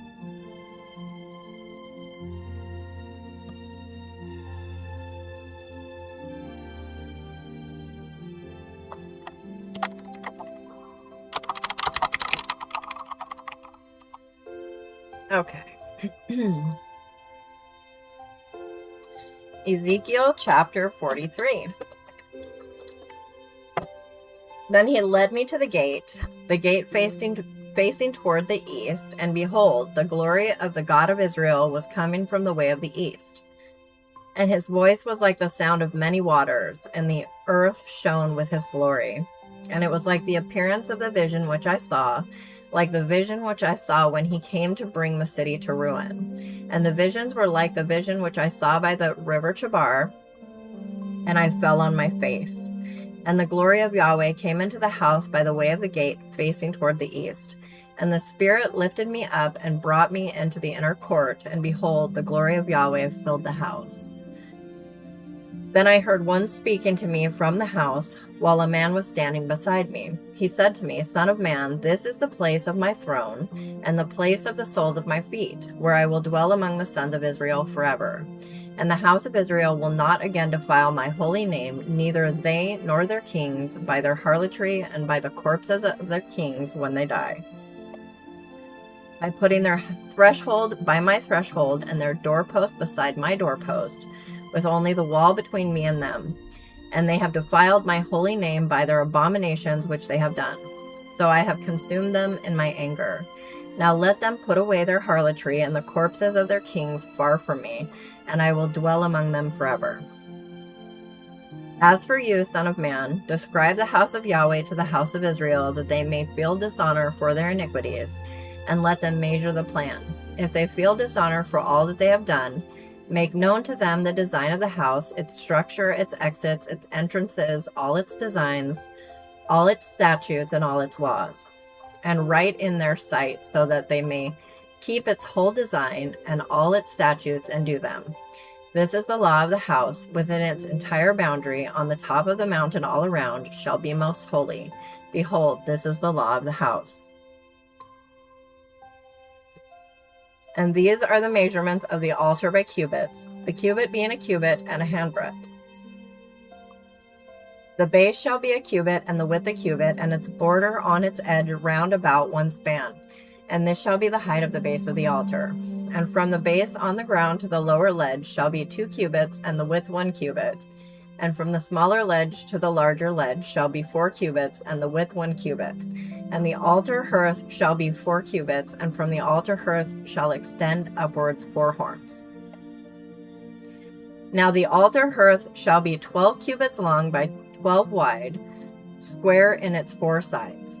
The ledge shall be 14 cubits long by 14 wide in its 4 sides. The border around it shall be half a cubit, and its base shall be a cubit round about, and its steps shall face the east. And he said to me, Son of man, thus says Lord Yahweh, these are the statutes for the altar on the day it is made, to offer burnt offerings on it and to splash blood on it. And you shall give to the Levitical priests, who are from the seed of Zadok, who draw near to me to minister to me, declares Lord Yahweh, a bull from the herd for a sin offering. You shall also take some of its blood and put it on its 4 horns and on the 4 corners of the ledge and on the border around it, round about. Thus you shall purify it and make atonement for it. And you shall take the bull for the sin offering, and it shall be burned in the appointed place of the house outside the sanctuary.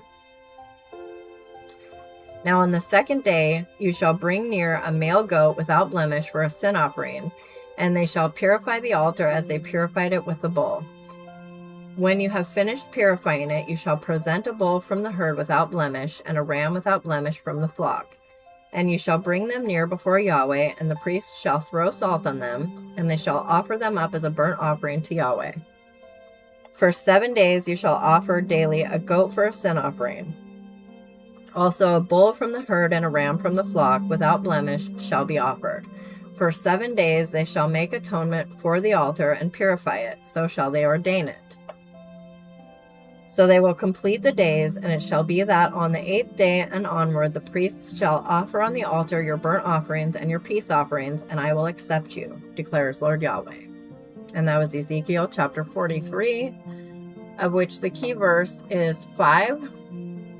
So the Spirit took me up and brought me into the inner court, and behold, the glory of the Lord filled the house. And I will paste that down into the chats.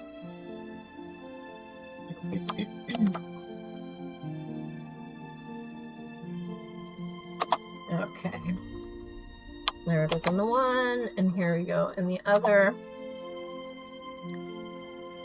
Okay, Chaos. I hope you feel better soon. Sleep tight and dream sweet.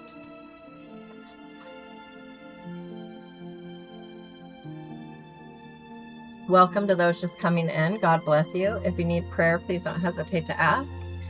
Oh, I never took my drink down. And now I have to put it back up. I'm going to take a drink, and then we will read chapter 44.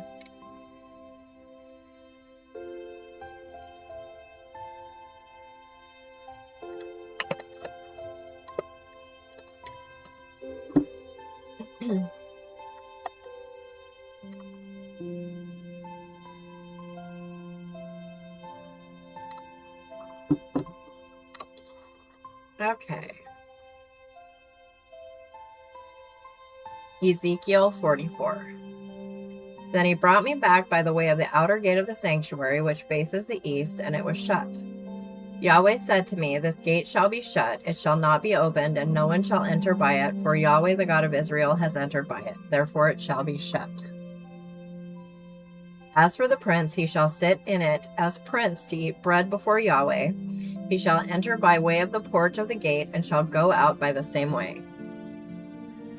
Then he brought me by way of the north gate to the front of the house, and I looked, and behold, the glory of Yahweh filled the house of Yahweh, and I fell on my face. Then Yahweh said to me, excuse me, Son of man, set your heart on, and see with your eyes, and hear with your ears all that I say to you concerning all the statutes of the house of Yahweh, and concerning all its laws, and set your heart on the entrance of the house with all exits of the sanctuary.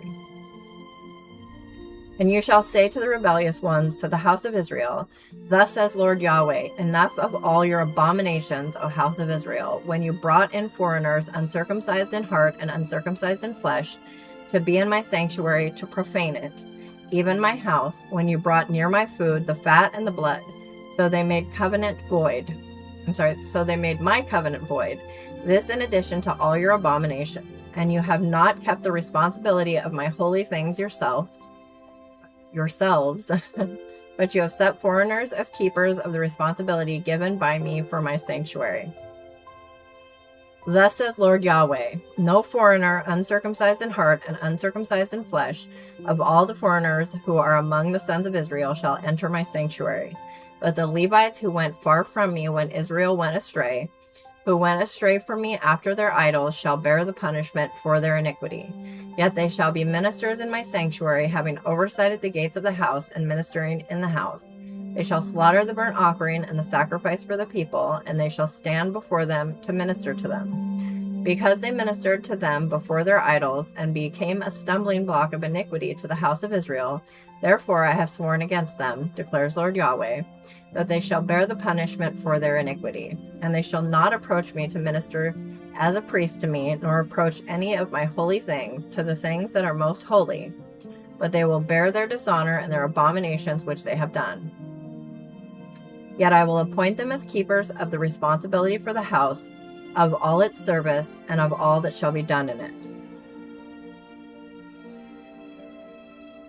But the Levitical priests, the sons of Zadok, who kept the responsibility of my sanctuary when the sons of Israel went astray from me, shall come near to me to minister to me, and they shall stand before me to bring near to me the fat and the blood, declares Lord Yahweh.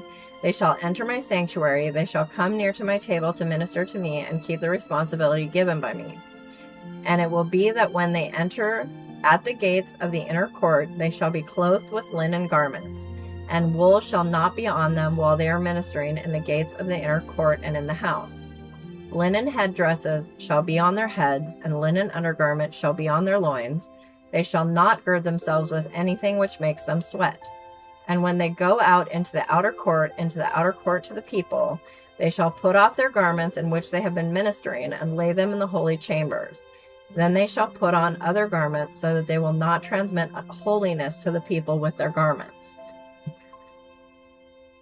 Also they shall not shave their heads, yet they shall not let their locks grow long.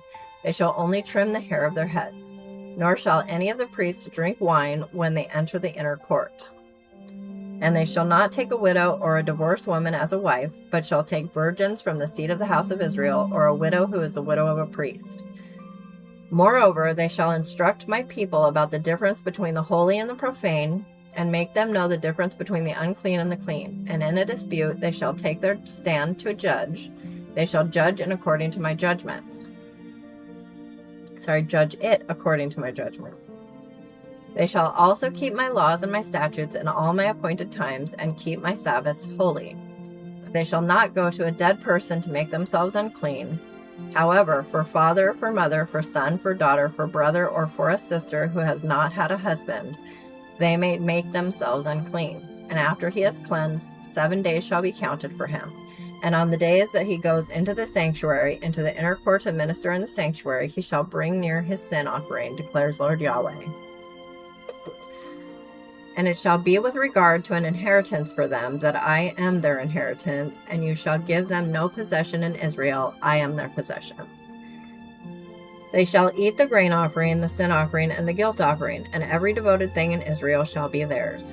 And the first of all the first fruits of every kind, and every contribution of every kind, from all your contributions, shall be for the priests. You shall also give to the priests the first of your dough, to cause a blessing to rest on your house. The priests shall not eat any bird or beast that has died of itself, or has been torn to pieces. And that was Ezekiel chapter 44. Of which the key verse is 23.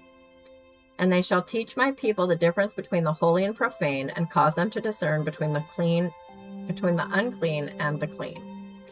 And I will paste that down in the comments. Welcome to those just joining us. God bless you. If you need prayer, please don't hesitate to ask.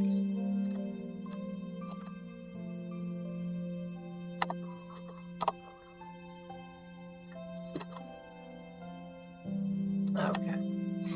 And I'm going to put my little AFK up here real quick. And I'm going to go find Kenneth so that he can read to you. But I will be back shortly.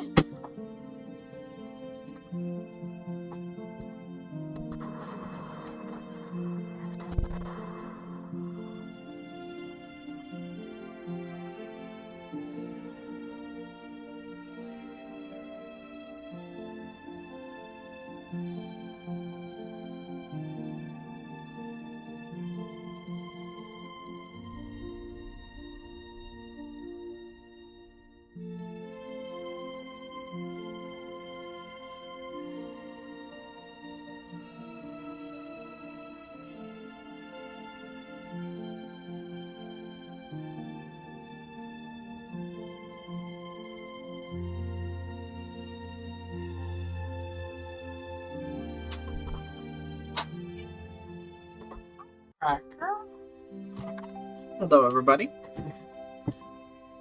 I am here, and I am chilling and stuff. Alright. And when you divide by lot the land for inheritance, you shall offer the contribution to Yahweh, a holy portion of the land. The length shall be the length of 25,000 cubits, and the width shall be 20,000 cubits. I presume it's cubits, it says 20,000 there. It shall be holy within all its boundary round about.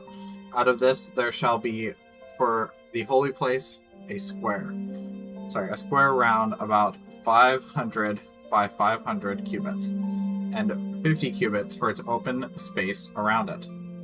And from this area you shall measure a length of 25,000 cubits and a width of 10,000 cubits.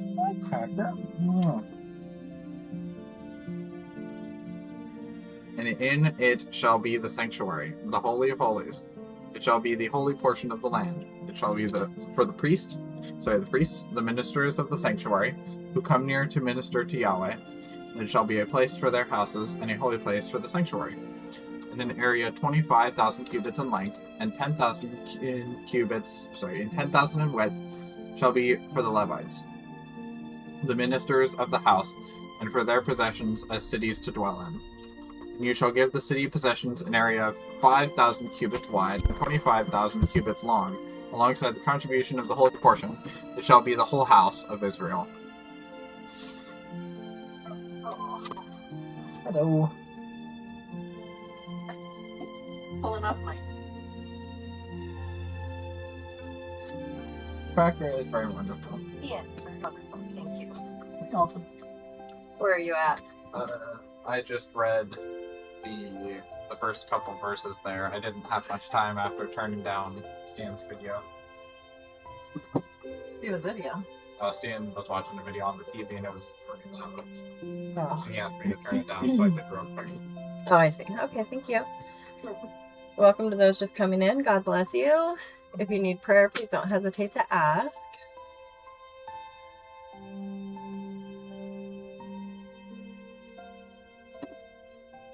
I'm going to take a real quick drink and continue reading.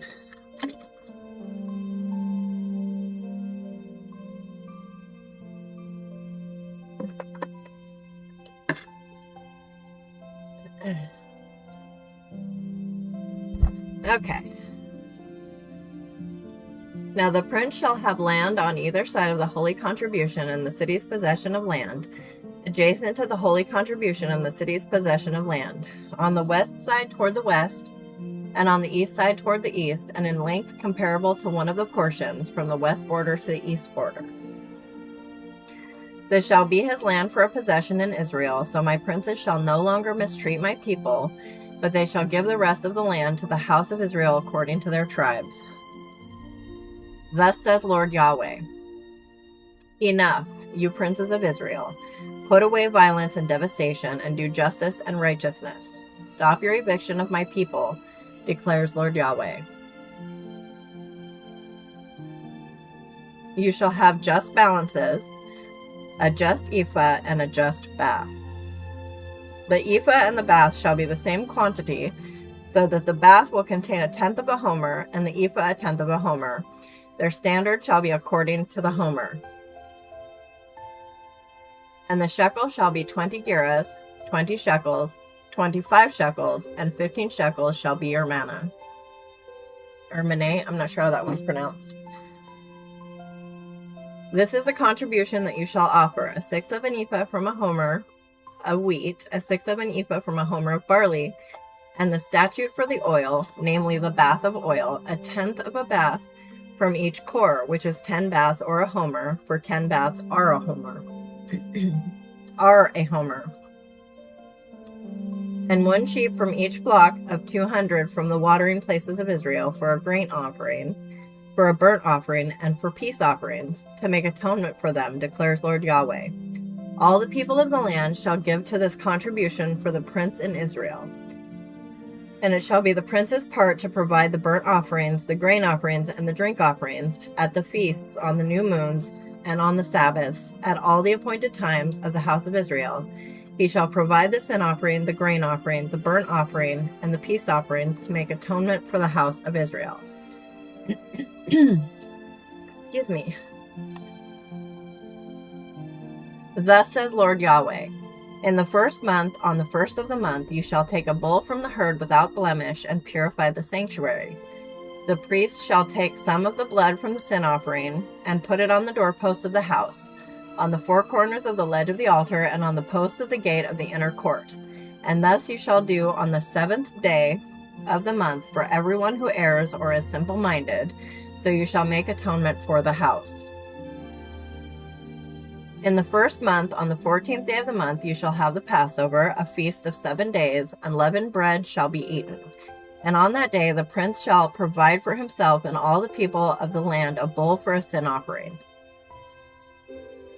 And during the 7 days of the feast he shall provide as a burnt offering to Yahweh 7 bulls and 7 rams without blemish on every day of the 7 days, and a male goat daily for a sin offering. And he shall provide as a grain offering an ephah with a bull, an ephah with a ram, and a hin of oil with an ephah. In the 7th month, on the 15th day of the month, at the feast, he shall provide like this: 7 days for the sin offering, the burnt offering, the grain offering, and the oil. And that was Ezekiel chapter 45, of which the key verse is 9. Thus saith the Lord God, let it suffice you, O princes of Israel. Remove violence and spoil, and execute judgment and justice. Take away your exactions from my people, saith the Lord God. And I'm going to paste that down in the comments.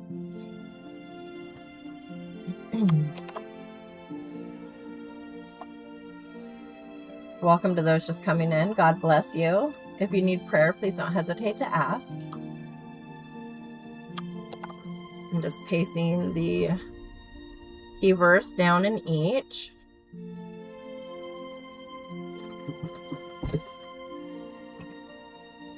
Okay. Take a quick drink and we will read chapter 46.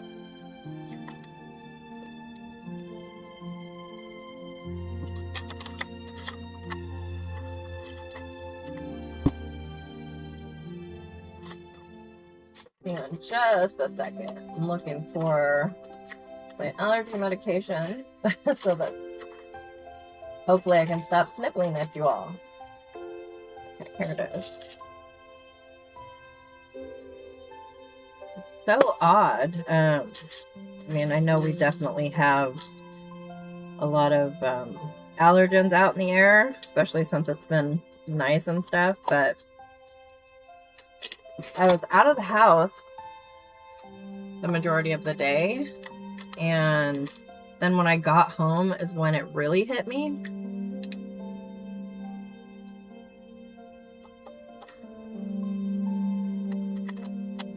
Okay. Again, welcome to those just joining us. God bless you. If you need prayer, please don't hesitate to ask. Ezekiel chapter 46.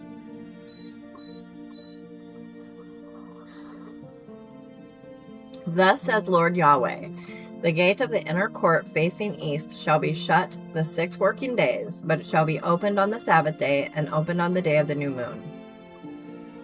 Then the prince shall enter by way of the porch of the gate from outside and stand by the post of the gate. Then the priest shall provide his burnt offering and his peace offerings, and he shall worship at the threshold of the gate and then go out. But the gate shall not be shut until the evening.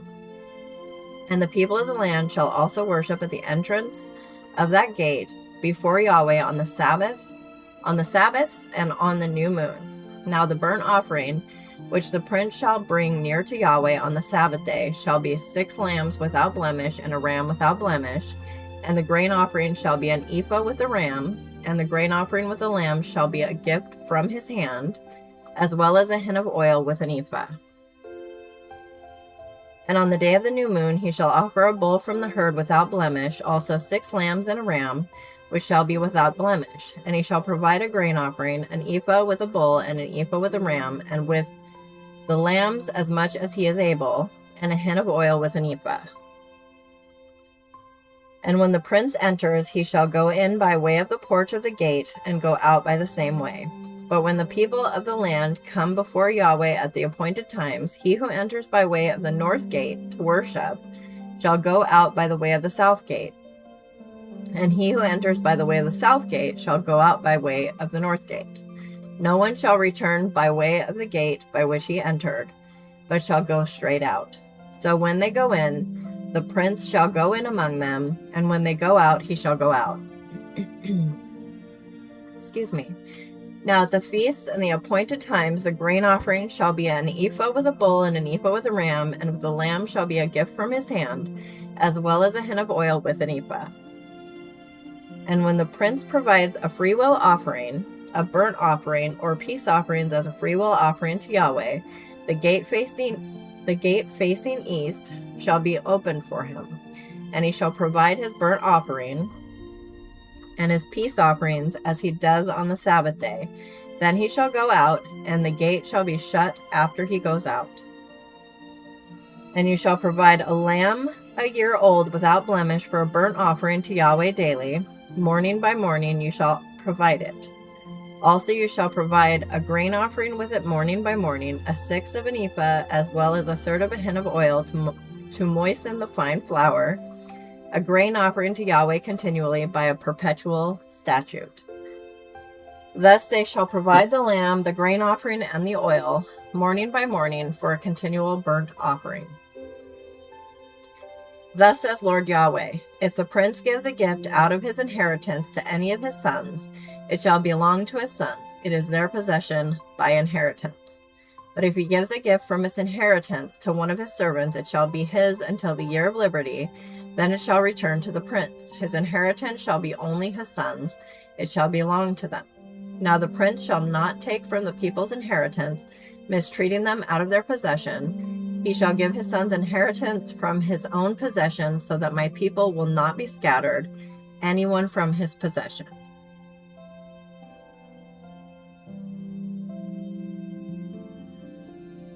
Then he brought me through the entrance, which was at the side of the gate, into the holy chambers for the priests, which faced north, and behold, there was a place at the extreme rear toward the west. And he said to me, this is the place where the priest shall boil the guilt offering and the sin offering, and where they shall bake the grain offering, in order that they may not bring them out into the outer court to transmit holiness to the people. Then he brought me out into the outer court and had me pass through to the four corners of the court, and behold, in every corner of the court there was a small court. In the four corners of the court there were enclosed courts, 40 cubits long and 30 wide.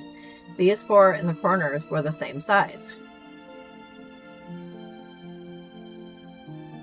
Now there was a row of masonry round about in them, around the four of them, and boiling places were made under the rows round about. Then he said to me, These are the boiling places where the ministers of the house shall boil the sacrifices of the people. And that was Ezekiel chapter 46. The key verse being 9. But when the people of the land shall come before the Lord in the solemn feasts, he that entereth in by the way of the north gate to worship shall go out by the way of the south gate, and he that entereth by the way of the south gate shall go forth by the way of the north gate. He shall not return by the way of the gate whereby he came in, but shall go forth over against it.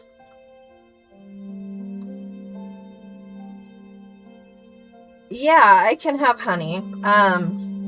It's not so much a sore throat right now, although it does feel kind of like in my lymph nodes, but this is, I don't know, it's kind of like my lungs, and I don't know, it just feels like kind of like an allergic reaction. Okay, so I'm going to take a quick drink and then we will read chapter 47.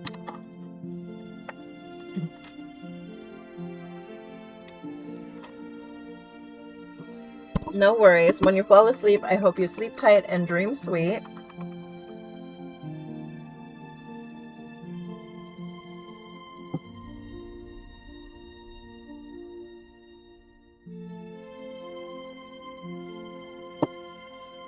Okay. Ezekiel chapter 47. Then he brought me back to the door of the house, and behold, water was flowing from under the threshold of the house toward the east, for the house faced east. And the water was flowing down from under, from the right side of the house, from south of the altar. He brought me out by way of the north gate, and led me around by way of the outside of the outer gate, by way of the gate that faces east.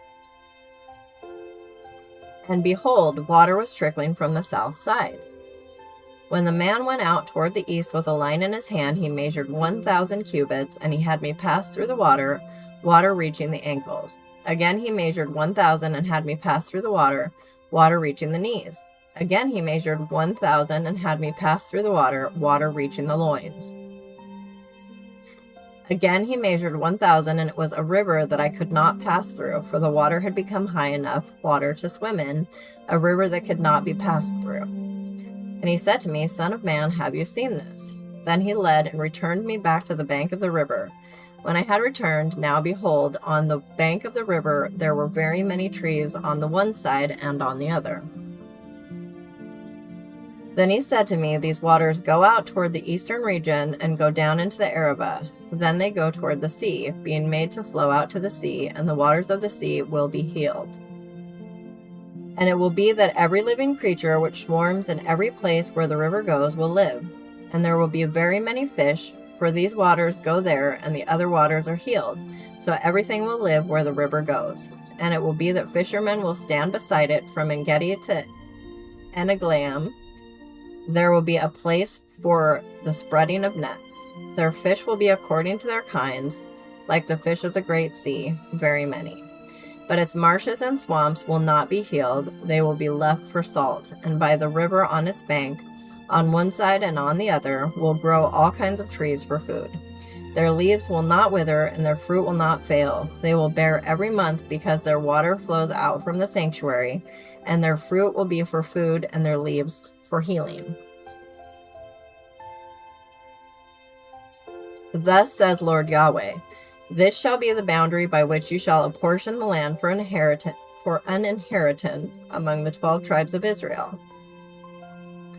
Joseph shall have 2 portions. You shall then apportion it for an inheritance, each one equally with the other. For I swore to give it to your fathers, and this land shall fall to you as an inheritance.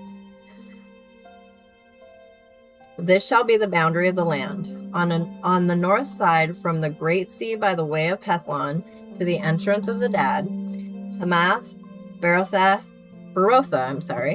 Sibarium, which is between the border of Damascus and the border of Hamath, Hazer Hadakon, which is by the border of Haran. And the boundary shall be from the sea to Hazar-Enan at the border of Damascus, and on the north, toward the north, is the border of Hamath. This is the north side. And the east side, from between Haran, Damascus, Gilead, and the land of Israel, shall be the Jordan. From the north border to the eastern sea you shall measure. This is the east side. And the south side toward the south shall extend from Tamar as far as the waters of Meribath Kadesh, to the brook of Egypt, and to the great sea. This is the south side toward the south. And the west side shall be the great sea from the south border to a point opposite Lebo-Hamath. This is the west side. So you shall divide this land among yourselves according to the tribes of Israel. And it will be that you shall divide it by lot for an inheritance among yourselves and among the sojourners who sojourn in your midst, who bring forth sons in your midst. And they shall be to you as the native born among the sons of Israel. Excuse me. They shall be allotted an inheritance with you among the tribes of Israel. And it will be that in the tribe with which the sojourner sojourns, there you shall give him his inheritance, declares Lord Yahweh. And that was Ezekiel chapter 47. Of which the key verse is 9. And it shall come to pass that everything that liveth, which moveth, whithersoever the rivers shall come, shall live, and there shall be a very great multitude of fish, because these waters shall come thither, for they shall be healed, and everything shall live whither the river cometh. And I'll paste that down in the comments.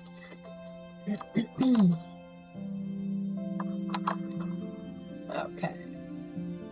Take it just a second to do this. How's everybody doing tonight? Welcome. If you need prayer, please don't hesitate to ask. Okay, it's down in the main stream, and there we go for the mobile stream. Ezekiel chapter 48. Now these are the names of the tribes, from the northern extremity, beside the way of Hethlon to Lebo-Hamath, as far as Hazar-Enan, at the border of Damascus, toward the north beside Hamath, running from east to west, Dan, one portion, and beside the border of Dan, from the east side to the west side, Asher, one portion. And beside the border of Asher, from the east side to the west side, Naphtali, one portion. And beside the border of Naphtali, from the east side to the west side, Manasseh, one portion. And beside the border of Manasseh, from the east side to the west side, Ephraim, one portion. And beside the border of Ephraim, from the east side to the west side, Reuben, one portion. And beside the border of Reuben, from the east side to the west side, Judah, one portion. And beside the border of Judah, from the east side to the west side, shall be the contribution which you shall contribute, 25,000 cubits in width, and in length like one of the portions, from the east side to the west side, and the sanctuary shall be in the middle of it. The contribution that you shall contribute to Yahweh shall be 25,000 cubits in length, and 10,000 in width. And the holy contribution shall be for these, namely for the priests, toward the north 25,000 cubits in length, toward the west 10,000 in width, toward the east 10,000 in width, and toward the south 25,000 in length. And the sanctuary of Yahweh shall be in its midst. It shall be for the priests who are sanctified of the sons of Zadok, who had kept the responsibility given by me, who did not go astray from the sons of Israel. When the sons of Israel went astray as the Levites went astray. And it shall be a contribution to them from the contribution of the land, a holy of holies, by the border of the Levites. Now alongside the border of the priests, the Levites shall have 25,000 cubits in length and 10,000 in width. The whole length shall be 25,000 cubits, and the width 10,000. Moreover, they shall not sell or exchange any of it, or let this choice portion of land pass over to another, for it is holy to Yahweh. And the remainder, 5,000 cubits in width and 25,000 in length, shall be for common use for the city, for places of habitation, and for open spaces, and the city shall be in its midst, and these shall be its measurements.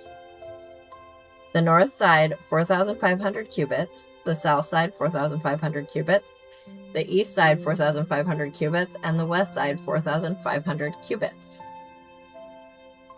And the city shall have open spaces on the north, 250 cubits, on the south, 250 cubits, on the east, 250 cubits, and on the west, 250 cubits.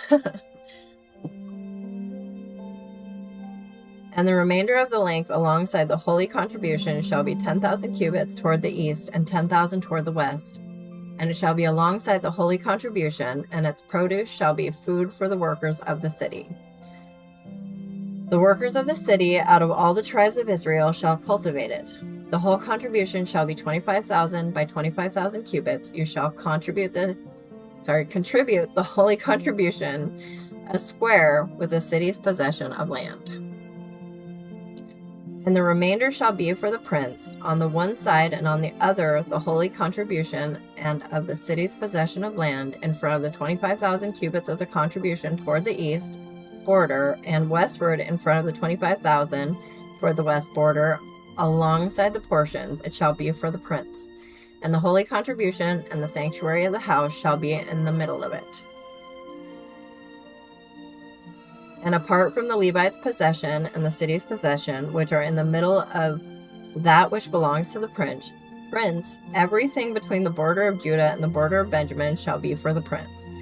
Now as for the rest of the tribes, from the east side to the west side, every time it says that, I have Tupac and Biggie going through my head, which is ridiculous. I have not listened to that in years and years, but it's still in there. And beside the border of Benjamin, from the east side to the west side, Simeon, one portion. And beside the border of Simeon, from the east side to the west side, Issachar, one portion. And beside the border of Issachar, from the east side to the west side, Zebulun, one portion. And beside the border of Zebulun, from the east side to the west side, Gad, one portion. And beside the border of Gad, at the south side toward the south, the border shall be from Tamar to the waters of Meribath Kadesh, to the brook of Egypt, to the great sea. This is the land which you shall divide by lot to the tribes of Israel for an inheritance.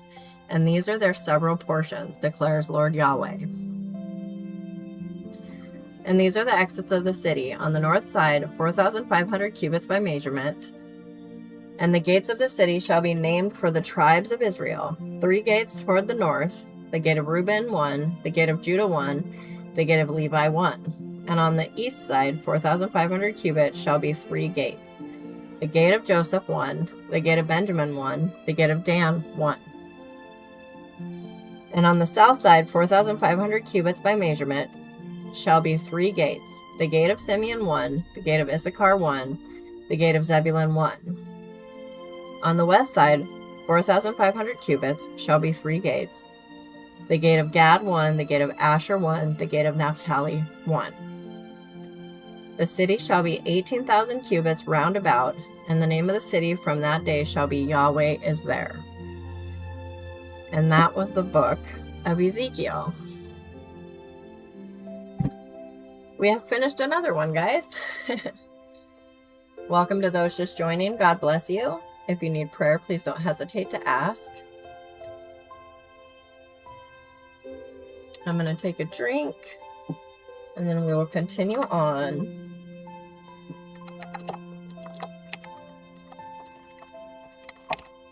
Into Daniel. I meant to say that. Okay, actually I have to grab myself a drink, and then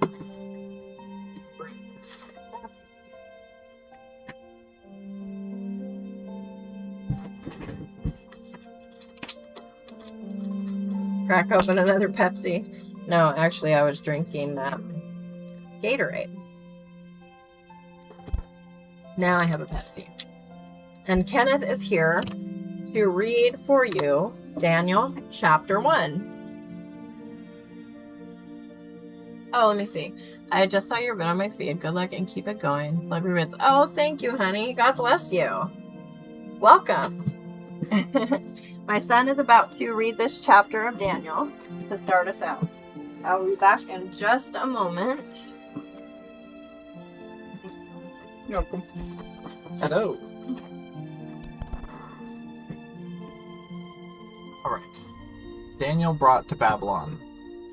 In the 3rd year of the reign of Jehoiakim, king of Judah, Nebuchadnezzar, king of Babylon, came to Jerusalem and besieged it.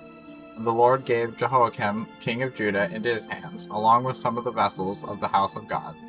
And he brought them to the land of Shinar, to the house of his God. And he brought the vessels into the treasury of his God.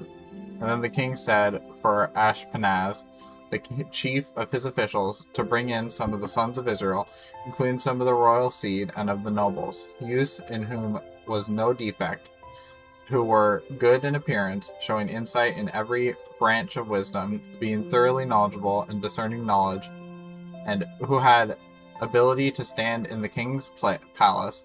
And he said for him to teach them the literature and tongue of the Chaldeans, or is it's spelled Chaldeans, but I know it's pronounced Chaldeans.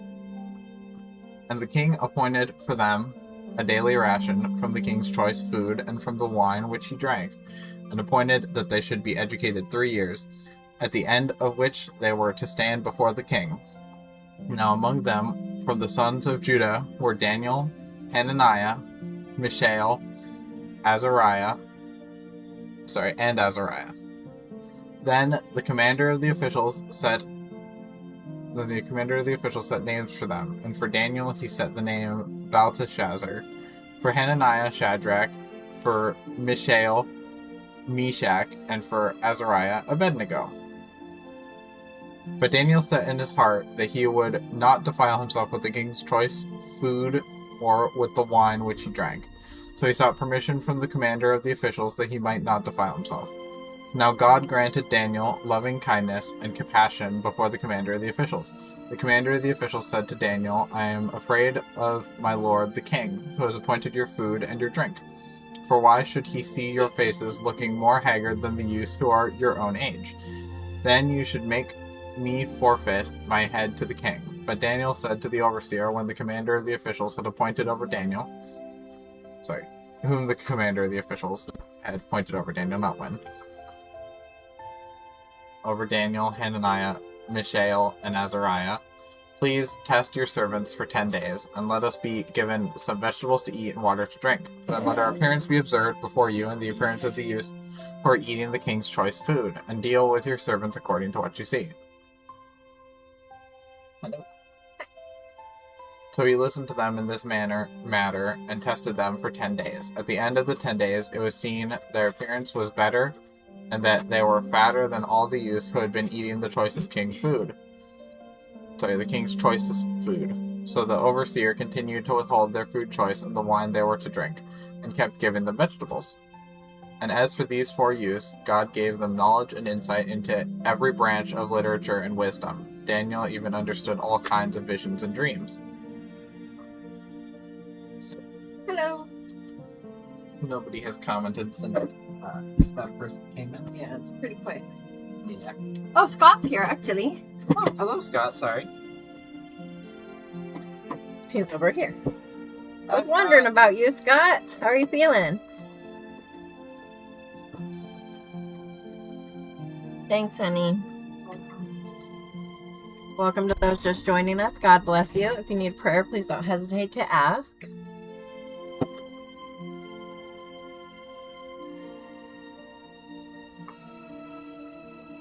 Then at the end of the days which the king had spoken of for bringing them in, the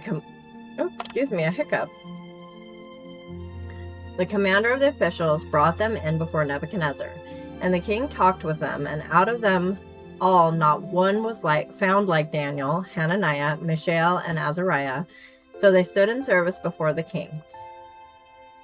And as for every matter of wisdom and understanding which the king sought from them, he found them 10 times better than all the magicians and conjurers who were in all his kingdom, and Daniel continued until the first year of Cyrus the king. And that was Daniel chapter 1. The key verse being 8. But Daniel purposed in his heart that he would not defile himself with a portion of the king's meat, nor with the wine which he drank. Therefore he requested of the prince of the eunuchs that he might not defile himself. And I will drop that down into the comments. Oh, I'm so glad you're doing well. Okay. Pasting this down here into each chat. Welcome to those just joining us. God bless you. If you need prayer, please don't hesitate to ask.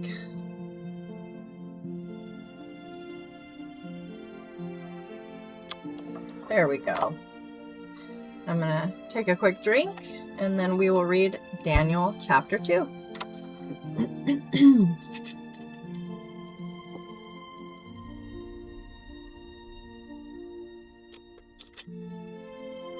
Okay.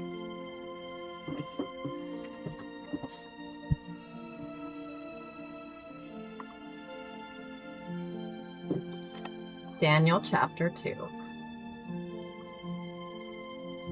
Now in the second year of the reign of Nebuchadnezzar, Nebuchadnezzar had dreams, and his spirit was troubled, and his sleep left him. Then the king said to call in the magicians, the conjurers, the sorcerers, and the Chaldeans to tell the king his dreams. So they came in and stood before the king. Then the king said to them, I had a dream, and my spirit is troubled to know the dream. Then the Chaldeans spoke to the king in Aramaic, O king, live forever. Say the dream to your servants, and we will declare the interpretation. The king answered and said to the Chaldeans, the word for me is firm. If you do not make known to me the dream and its interpretation, you will be torn limb from limb, and your houses will be made a rubbish heap. But if you declare the dream and its interpretation, you will receive from me gifts and a reward and great glory. Therefore declare to me the dream and its interpretation. They answered a second time and said, let the king say the dream to his servants, and we will declare the interpretation. The king answered and said, I know for certain that you are buying time, inasmuch as you have seen that the word from me is firm, that if you do not make the dream known to me, there is only one law for you. Indeed, you have agreed together to speak lying and corrupt words before me until the time is changed. Therefore, say the dream to me, that I may know that you can declare to me its interpretation.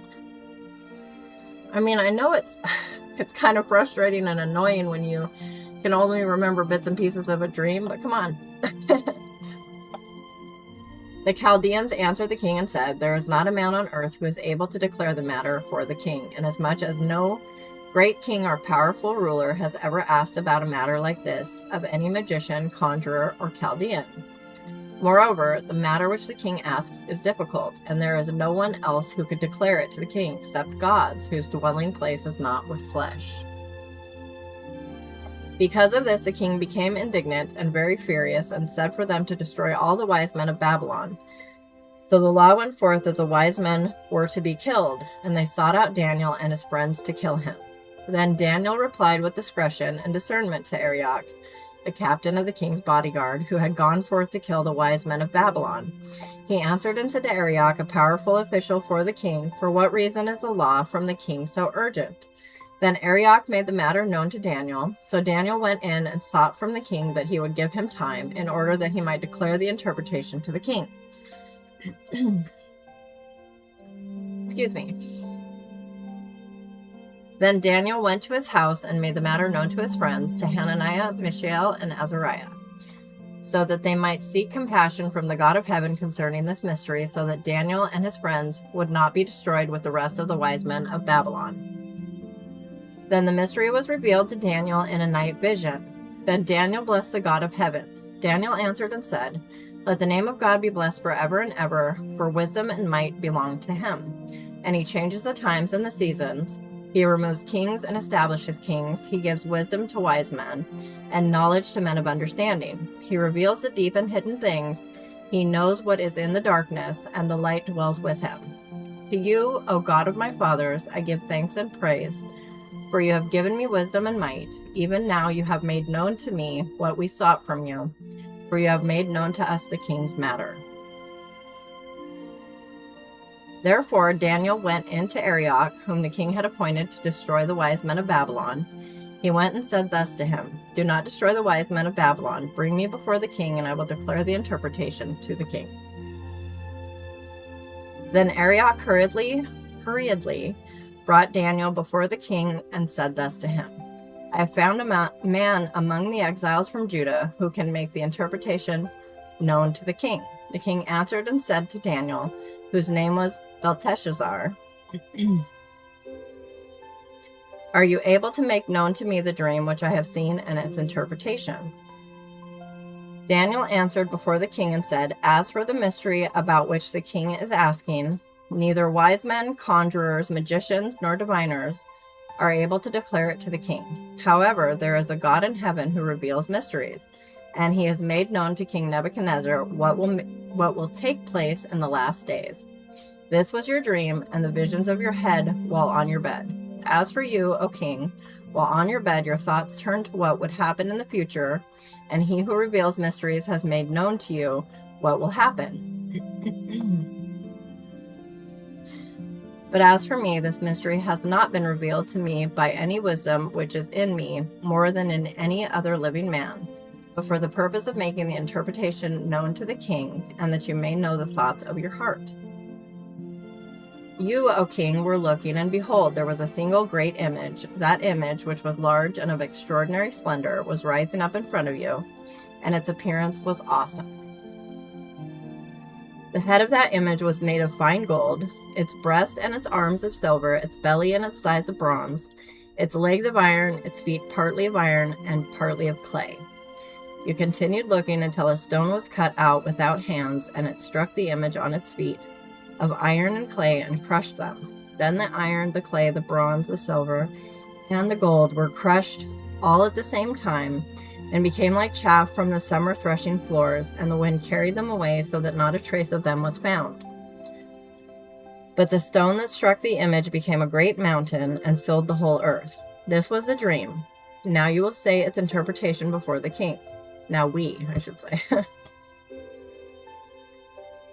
You, O king, are the king of kings, to whom the God of heaven has given the kingdom, the power, the strength, and the glory.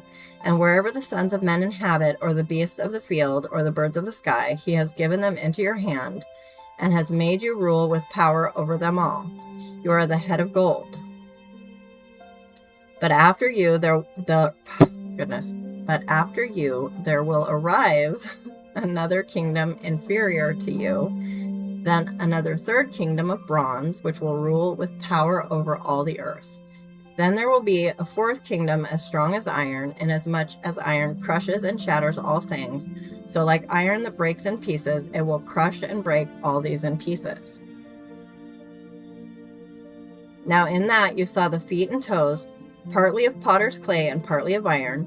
It will be a divided kingdom, but it will have in it the toughness of iron, inasmuch as you saw the iron mixed with common clay. And as the toes of the feet were partly of iron and partly of clay, so some of the kingdom will be strong and part of it will be brittle. And in that you saw the iron mixed with common clay. They will combine with one another in the seed of men, but they will not cling to one another, even as iron does not combine with clay. And in the days of those kings, the God of heaven will cause a kingdom to rise up which will never be destroyed. And that kingdom will not be left for another people. It will crush and put an end to all these kingdoms, but it will itself stand forever. Inasmuch as you saw that a stone was cut out of the mountain without hands, and that it crushed the iron, the bronze, the clay, the silver, and the gold, the great God has made known to the king what will happen in the future, so the dream is certain and its interpretation is trustworthy. Then King Nebuchadnezzar fell on his face and did homage to Daniel, and said for them to present to him an offering and fragrant incense. The king answered Daniel and said, Truly your God is a God of gods, and a Lord of kings, and a revealer of mysteries, since you have been able to reveal this mystery. Then the king promoted Daniel and gave him many great gifts, and he made him rule with power over the whole province of Babylon, and chief prefect over all the wise men of Babylon. And Daniel sought of the king, and he appointed Shadrach, Meshach, and Abed-Nego over the administration of the province of Babylon, while Daniel was at the king's court. And that was Daniel chapter 2, of which the key verse was 22. He revealeth the deep and secret things. He knoweth what is in the darkness, and the light dwelleth with him. I will paste that down into the chats. Welcome to those just coming in. God bless you. If you need prayer, please don't hesitate to ask.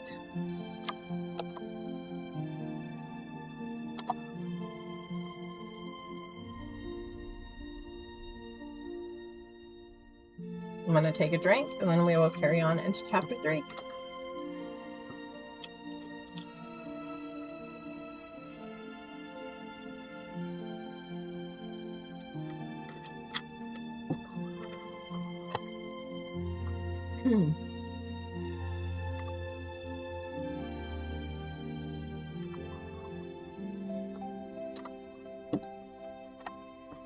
Daniel chapter 3. Nebuchadnezzar the king made an image of gold, the height of which was 60 cubits, and its width 6 cubits. He set it up on the plain of Dura in the province of Babylon. Then Nebuchadnezzar the king sent word to assemble the satraps, the prefects, and the governors, the counselors, the treasurers, the judges, the magistrates, and all the rulers of the provinces to come to the dedication of the image that Nebuchadnezzar the king had set up. Then the satraps, the prefects, and the governors, the counselors, the treasurers, the judges, the magistrates, and all the rulers of the provinces were assembled for the dedication of the image that Nebuchadnezzar the king had set up. And they were standing before the image that Nebuchadnezzar had set up. Then the herald loudly called out, "To you it is said, O peoples, nations, and men of every tongue, that at the time you hear the sound of the horn, flute, lyre, trigon, psaltery, bagpipe, and all kinds of music, you are to fall down and worship the golden image that Nebuchadnezzar the king has set up." Now, what does that sound like to you? Because to me, that sounds like the Muslim call for prayer. But I don't know. I need to do some more studying on that, but that's what I always think of. But whoever does not fall down and worship shall immediately be cast into the midst of a furnace of blazing fire. Therefore, at that time, when all the peoples heard the sound of the horn, flute, lyre, trigon, psaltery, bagpipe, and all kinds of music, all the peoples, nations, and men of every tongue fell down and worshipped the golden image that Nebuchadnezzar the king had set up.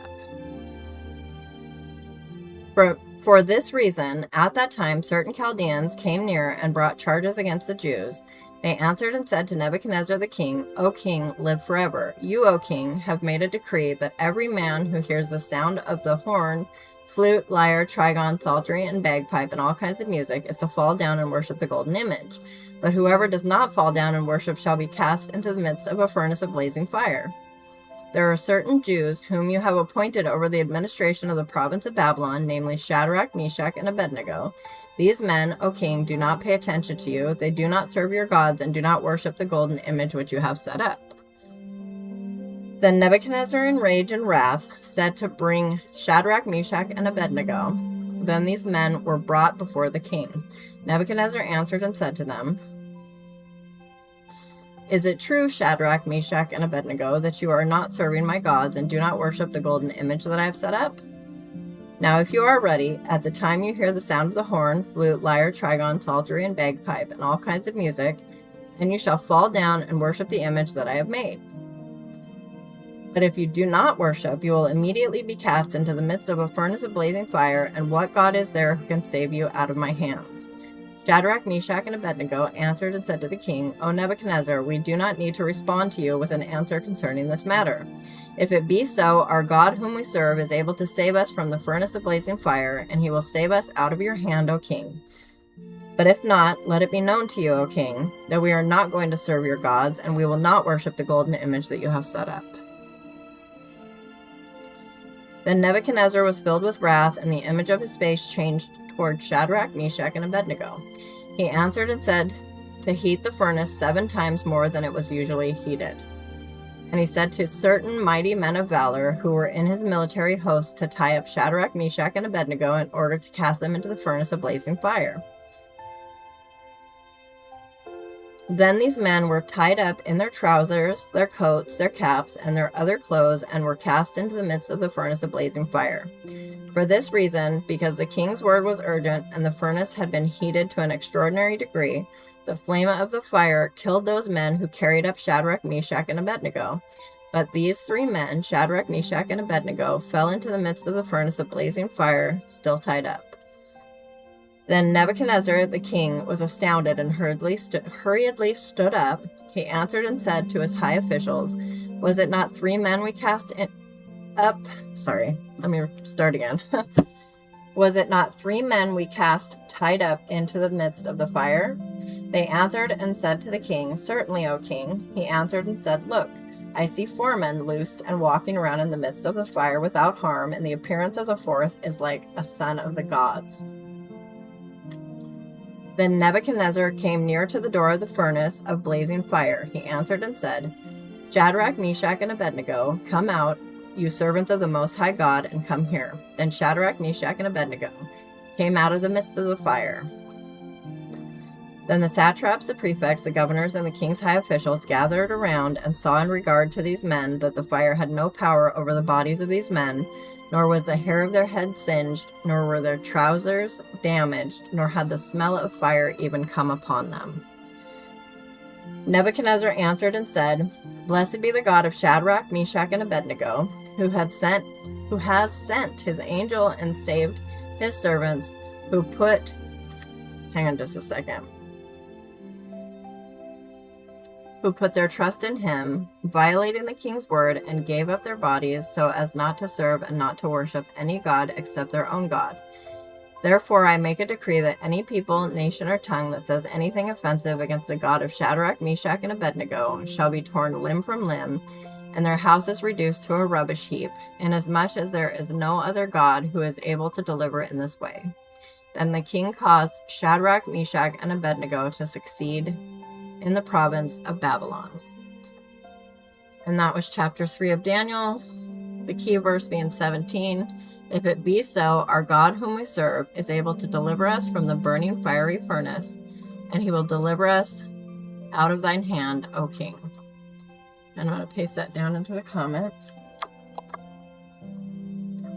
And I hate to do this again, but I'm going to have to cut it short tonight, guys. I keep trying to fight through, but I just can't breathe well enough to read properly. I don't know, allergy season hit really strong or what's going on, but I will finish Daniel with the next stream. And I have the schedule pinned, but actually, let me check something really quick because I think I might have did I set a stream for Sunday? Let me check real quick because I hadn't thought of Mother's Day when I did that schedule.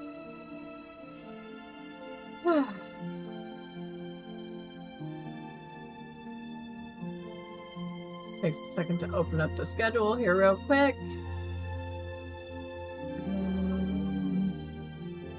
No, I'm supposed to read tomorrow. Okay. But not Sunday. All right, so all should be well then. So again, I am terribly, terribly sorry to cut it short. I appreciate each of you. I'm sorry, Scott. I wanted to keep reading longer and spend some time with you, but I don't know. It's probably pretty clear that I'm struggling, and I just don't feel like I'm doing the Word of God justice tonight. Yeah, I appreciate it, Scott. I don't know. While I was out of the house, I felt okay. I had to take my brother to his appointment an hour and a half away. And then it's like when I came home, it hit me really hard. And I don't know if it's because we have a whole bunch of like plants and stuff in the yard, or if I'm allergic to something in my house. But at any rate, I appreciate each of you. God bless you. And sleep tight, dream sweet. Bye-bye.